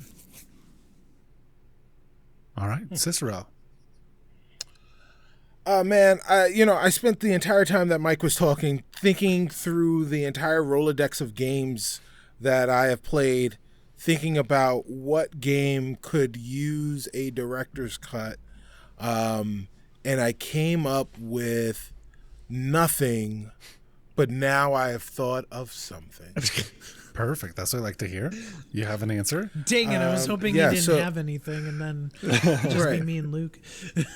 So when Xbox Live was announced and released, there were a group of Xbox Live only games, and one of them was Crimson Skies.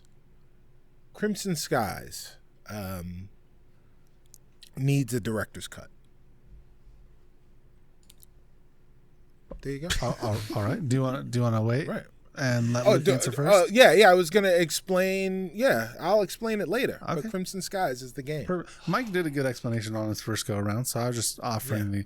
All right, Luke, on to you, sir. Yeah. Well, Man, that's right. so quick. I know. I wasn't expecting it either. But That's hey, Cicero's that's the show, version my of friend. he doesn't have anything just yet. Oh no, I've got plenty. We know that Cicero can wing it better than anyone, I hate cliffhangers. but the movie is fine. Oh man. So yes, Ghost of Tsushima, Death Stranding, both getting a director's cut. I'm giving you time to think here. So what game would you like to see get a director's cut? I have multiple games in my head. All right. And I'm like there's so many great games out there that deserve like a director's cut.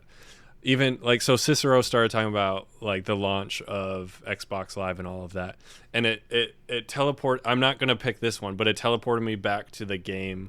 It was on the original Xbox called Black. Did you ever play that game? Yes, that was in my list of games. Phenomenal. Exactly. Oh, like I don't remember enough of it to like dive into it, but like that is an example of a stellar game that deserves a director's cut. But the game I'm going with for this is one game that it almost like it got the closest to having me cry when I was finishing it.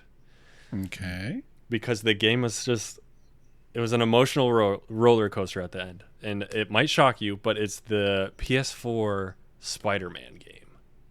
There you go. Okay. All right. That game was such an emotional roller coaster of like Peter, who is he's well established as Spider-Man already. He's put all these baddies away. And so you're not, it's not an origin story. So you're not like trying to figure out your powers and like all of this stuff. You're like thrown into the middle of it. And then from there, everything starts to get derailed. And there's so many different things going on, like relationships, friendships, and enemies. Like there's just so much going on. And by the end of it, like I'm trying to stay away from spoilers if like anyone hasn't played it yet, because I firmly believe you should go play this game. But just to be able to dig into that game more, give us a little bit of extra stuff, extra story, extra reasons behind all of these decisions, and I think it would be incredible. I would play that 10 times over. All right.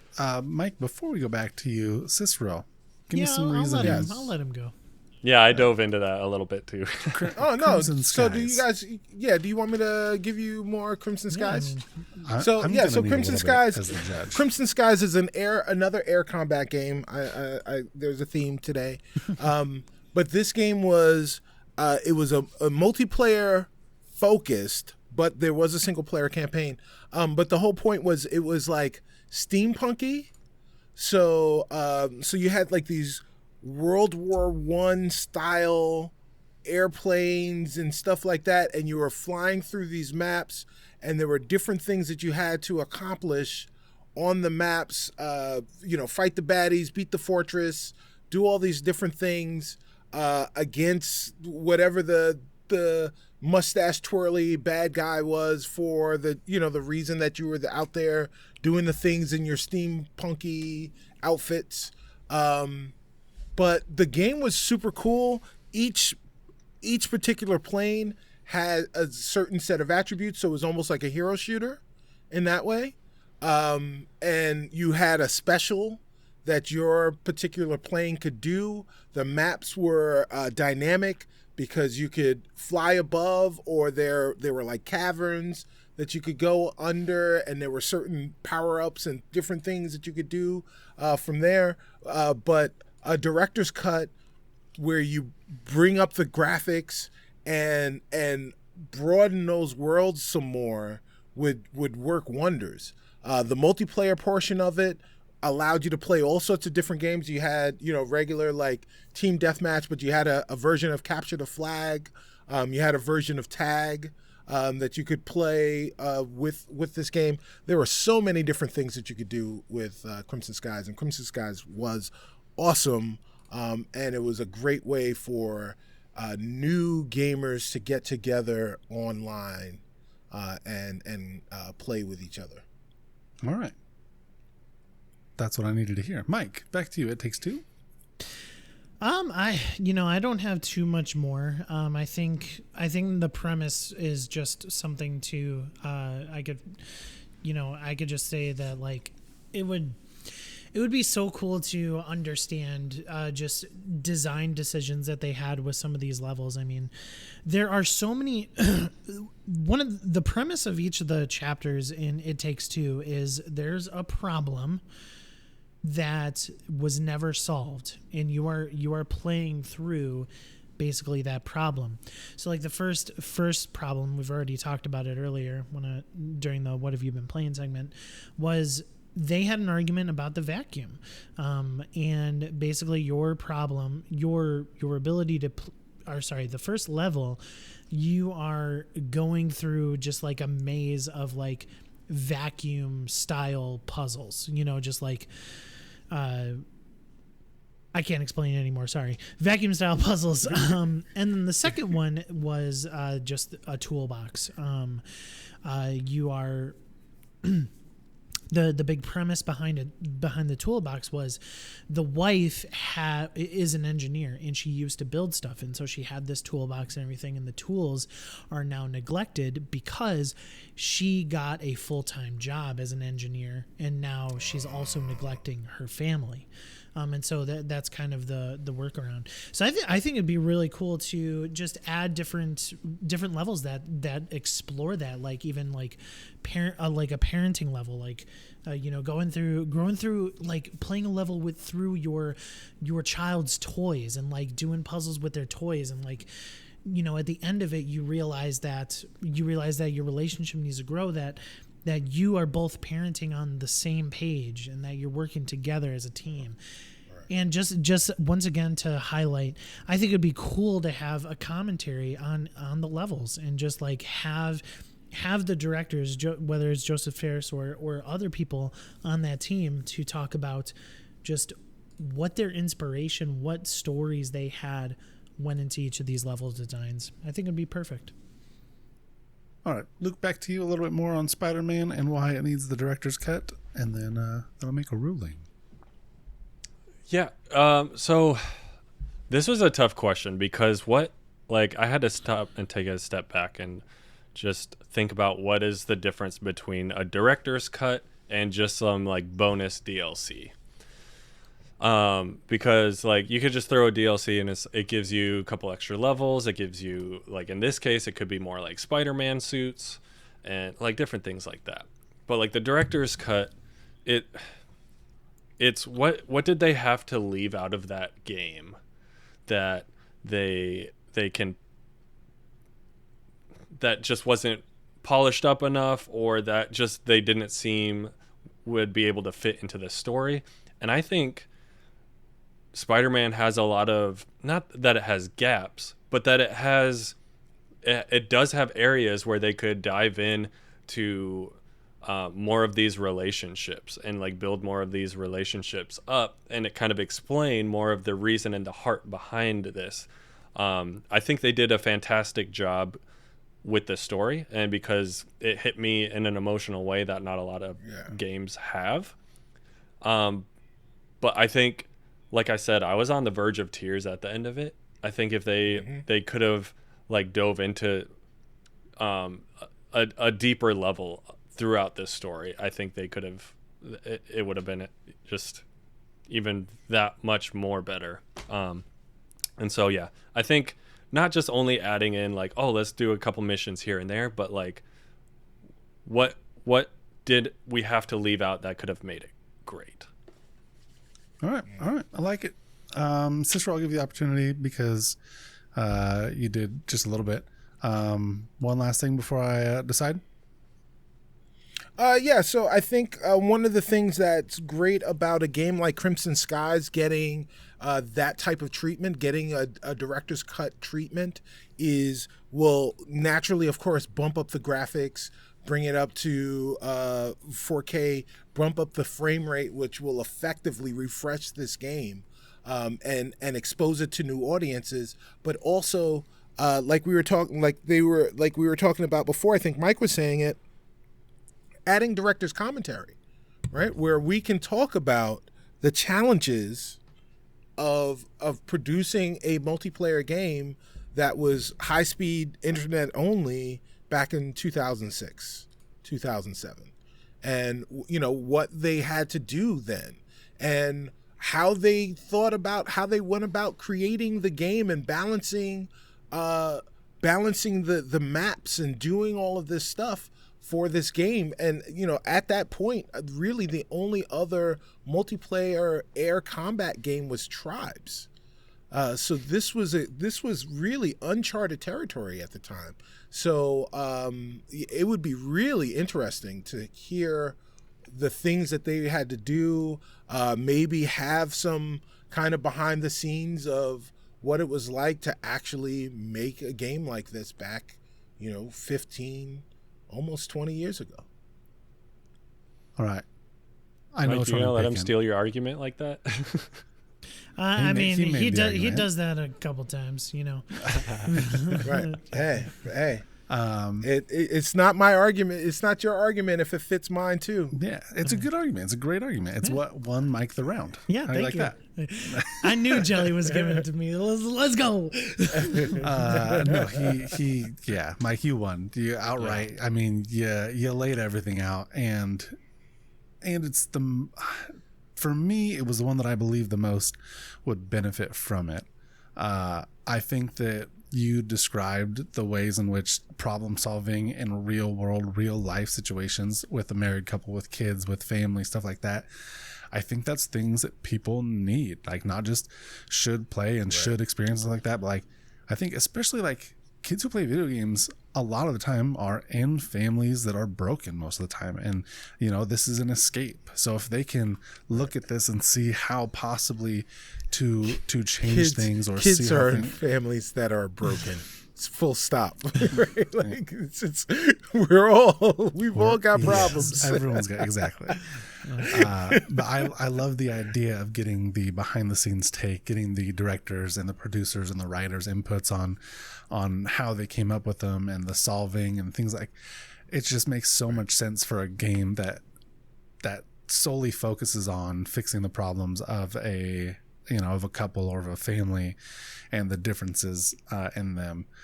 I would probably put Spider-Man in number 2 with Crimson Skies, probably tying number 2, honestly, between those two, because there's so much you can do with both of them.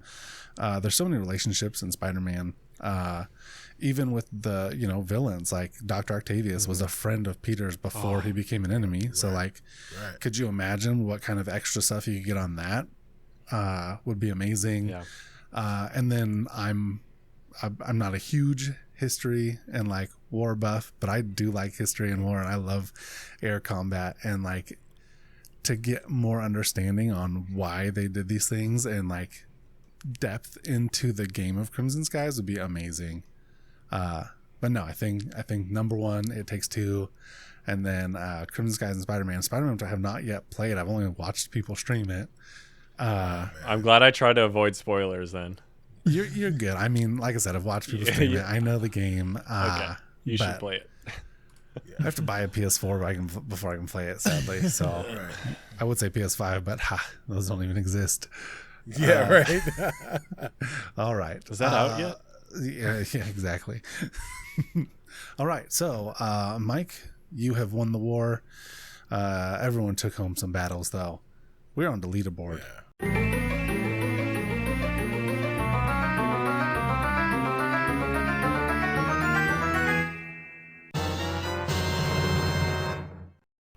Today's leaderboard, listeners and viewers, is top 6 console peripherals. And this is in honor of the screen for the Series S.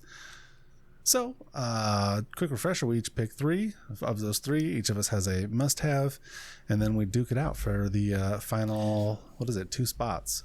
Oh, that's going to be One tough. spot. No, Is this like all time? Yeah, all time. Not currently.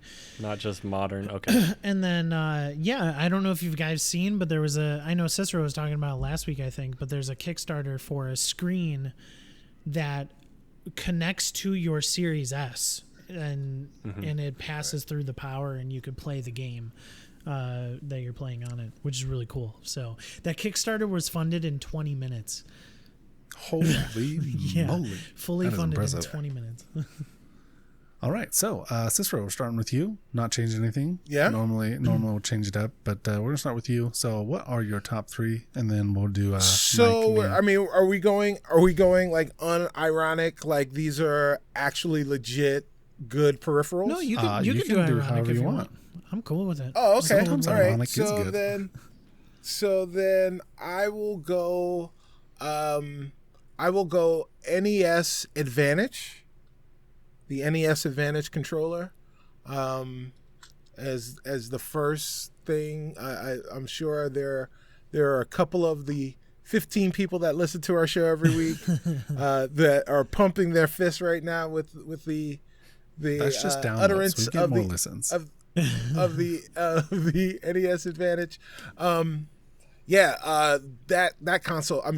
That controller was awesome. That was a really cool thing that existed. Let's see. I'm gonna go with the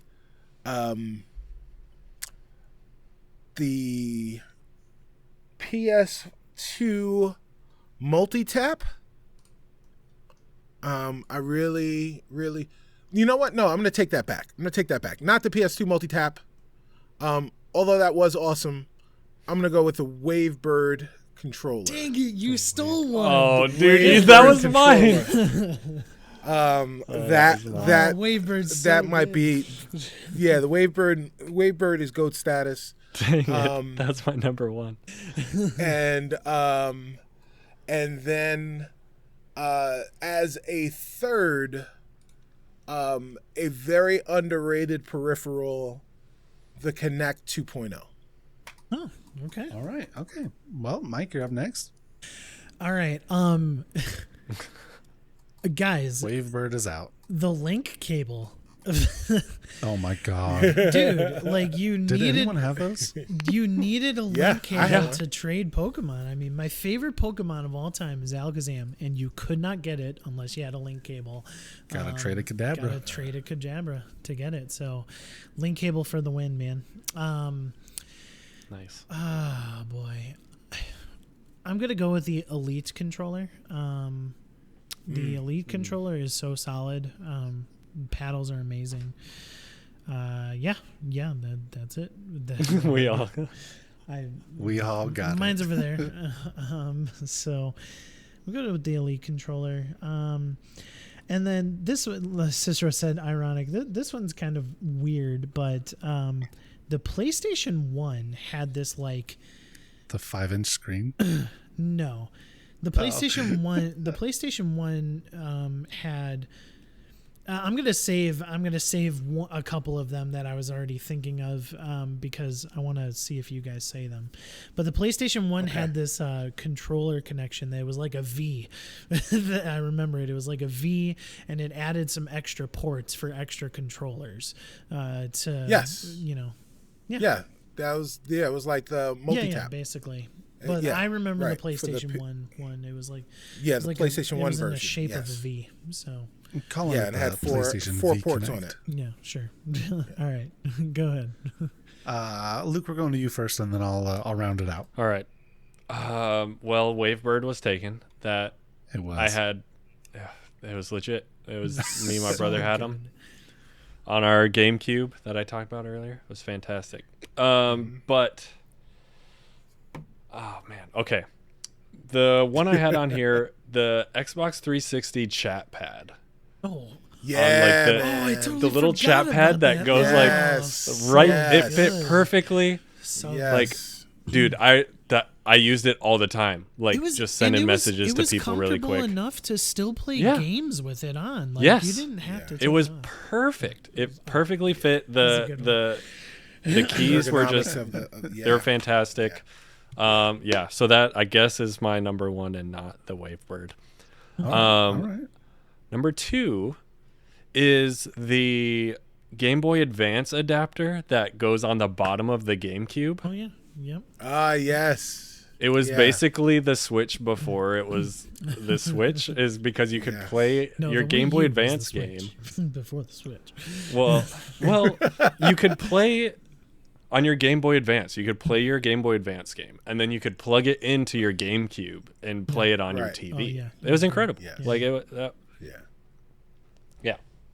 Yes. Number 3. Oh man, I don't. I might have to. You might have to come back to me, because I didn't have a third. All right, Jelly. Here we go. Okay. Here we go. Just this is kind of one right. in general that we just take for granted these days. Rumble Pack. Damn it. You son of a gun. It just popped into my head. I was like looking around my room. I'm like, the 64 oh, my had the N64. Rumble Pack. Yeah. Yeah. Plug in that Vibration Rumble Pack. was in the Rumble Pack. controllers. Damn it. That was going to be mine. Well, okay. All right. Well, everyone gets There you go, poked. Luke. There you yeah. Sweet. It was a great choice. It was a great choice. The other one that you kind of picked already, but I'm putting in there anyways, is the Pokemon Stadium Pokemon cartridge adapter. So you could play Pokemon on the big screen. There you go. Which was the N64's version of that GameCube adapter. I don't know what that'd be called, though, so I'm just going to call it Pokemon Stadium adapter. Let's see, what else? I would have chosen Rumble Pack, but I think I'm going to go with shucks. I mean, is a Wiimote a peripheral? Yeah. I mean, Controllers are peripherals. Sure. Yeah. The Wiimote was huge. I'm doing it. Yeah. I'm considering it. And that's because I had tons of fun playing all those games, and it was something that you could move, and it was interactive, and it was tons of fun. Shucks. The Rumble Pack. I wanted that one so bad. I didn't think anyone else was going to say it. I was also thinking of the Man. Game Shark. Game Shark was a The huge Game Shark back with Game Boys. I never had one. It deserves a spot, though. I'm going to do that. Yeah. Okay. Before you could cheat on your phone with emulators, there was Game Shark. There was Game one. There Shark. you go. Good old Game Shark. All right. We've got a top 12. We need a top 6. Cicero, what is your must-have? Well, since other people will also talk about my must-have, I will say that the NES Advantage controller is It's his I'm must-have. changing mine. must-have. The must-have. I'm changing my Game Shark one, by the way. Okay. Okay. Okay. It's now the Nintendo gun. Oh, from Duck The Hunt. Duck Hunt gun. It's like what? The Nintendo? The What's that? Nintendo gun. What's the Nintendo? Nice. I like it. All out. Yes. All right. Mike, what is your must-have? The link cable. I mean, there's so Of much course it nostalgia is. to it. It's the link cable. At least you had one. Dude, I never had one. Oh, shucks. I put it in didn't. the I wrong don't think I spot. had one either. I just borrowed my friend's. Oh, well, that... Still. All right. Wow, you had friends? Yeah. I didn't even have anyone to trade with. Wow. That was sad. That was a sad... Okay. Okay. Luke, what is your must-have on there?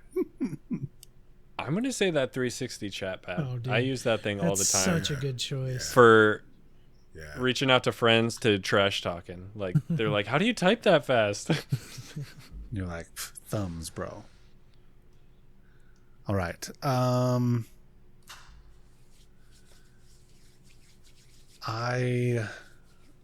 Oh, shucks. I want to choose someone else's. I'm No, gonna do the what is- gun. I'm doing the gun. I think that's a great choice. Yeah. Duck Hunt was great. Yeah. I played tons of Duck Hunt when I was a small child, Okay, and the that gun Wave was Bird has to be on there, right? I was good. That's yes. Yeah. Wave Yeah, I Bird's left on it there for you I'm, guys. I'm sorry. I'm just cutting in here. That was the easy get Yeah. because everyone was gonna choose it except for me who didn't have a GameCube. So easy for me not to choose that The one. Wave Bird was the best wireless controller of all time until they like Sony created the Yeah. PS3 controller. it was the first wireless first party controller. Yeah, Like it you had Mad Cats trying to make Right. stuff and different things, but like Right. Nintendo was the first one to make a wireless Oh, controller. yeah. They're so good. Right. Whoosh, right over my head. All right, we need a sixth. So it's the Rumble Pack, right? Obviously. Honestly, my hat's in for the Rumble Pack or the GBA GameCube Yeah. adapter. Yeah. I'm with the Rumble Pack. I mean, it led the way to vibration. Yeah. Yes. All right, in let's your do it. hands. Yes. Let's do it then. Yeah, Yeah. I say Rumble Pack. So basically, what we're saying is Nintendo still wins. Yeah. Like, Yeah. I spent all this time talking about the Switch and how it's terrible. Yeah. But like the best 6 console peripherals of all One of time. them is 5 of the 6 of them. Yeah, 5 of the 6 Wait. of them were for Nintendo products. Did I ruin it with my 360 chat pad? No, you didn't ruin it. you broke You up and made it actually better. you made it perfect because We made Nintendo bleed. yes, exactly. We drew a drop of blood. Yes. We could put the Elite controller, but No. Oh yeah. nah. Yeah. But what makes the list? What made the list Yeah. is the list is correct. The list is And- right. Yeah. Dude, that Alright. Rumble Pack. That was something else. I also Alright. had an honorable mention for Nintendo. So the GameCube, my other controller, it had fans in it and it like little holes in like where your hands went, and it was like Oh, the airflow ones. yeah, it like cooled your hands so you wouldn't get sweaty playing What? Smash. Yes. That's Yeah, amazing. but that wasn't official. That wasn't an official. It was like a controller. Mad That Cats was- or something. Yeah. Yeah. That's yeah, crazy. What? Yeah, they had those. They had those. I think they were called like airflow ones. Yeah. I actually had one for the 360. That's yeah, really I would crazy. love that in a controller today. Oh, like, yeah. why don't we have I'm that? with you. or Why is cooling, that not the Rumble Pack? cooling hand grips. Right. Oh, that'd be nice. All right, Anyway. we've got it. Leaderboard here. Top 6 console peripherals, and they are in no particular order. The NES Advantage. We've got the Link cable. We've got the 360 chat pad. The Nintendo gun. The Wavebird, and the Rumble Pack. And you heard it here first. That's top 6 peripherals all time. Yeah. All right, Luke, it was like it. great having you on, man. I thoroughly enjoyed had a it. blast. I hope you come back because you gotta fight for the belt, right? You gotta Yeah. walk away the champion. It didn't happen today, but it could happen. So Maybe those were some good topics, and there were some good fights. It was fun. yes, Yes. they were great. Being the judge is not always easy. I must say, Yeah. thanks to some stand-up competitors. So you guys, thanks for a great evening. Thanks for another great podcast. Listeners and viewers, we'll catch you next time. Bye, guys. Adios. Bye. Say hi to your mother for me. Party on, Wayne. Do it. Say it now. Say it. Dang it. Oh, you jerk.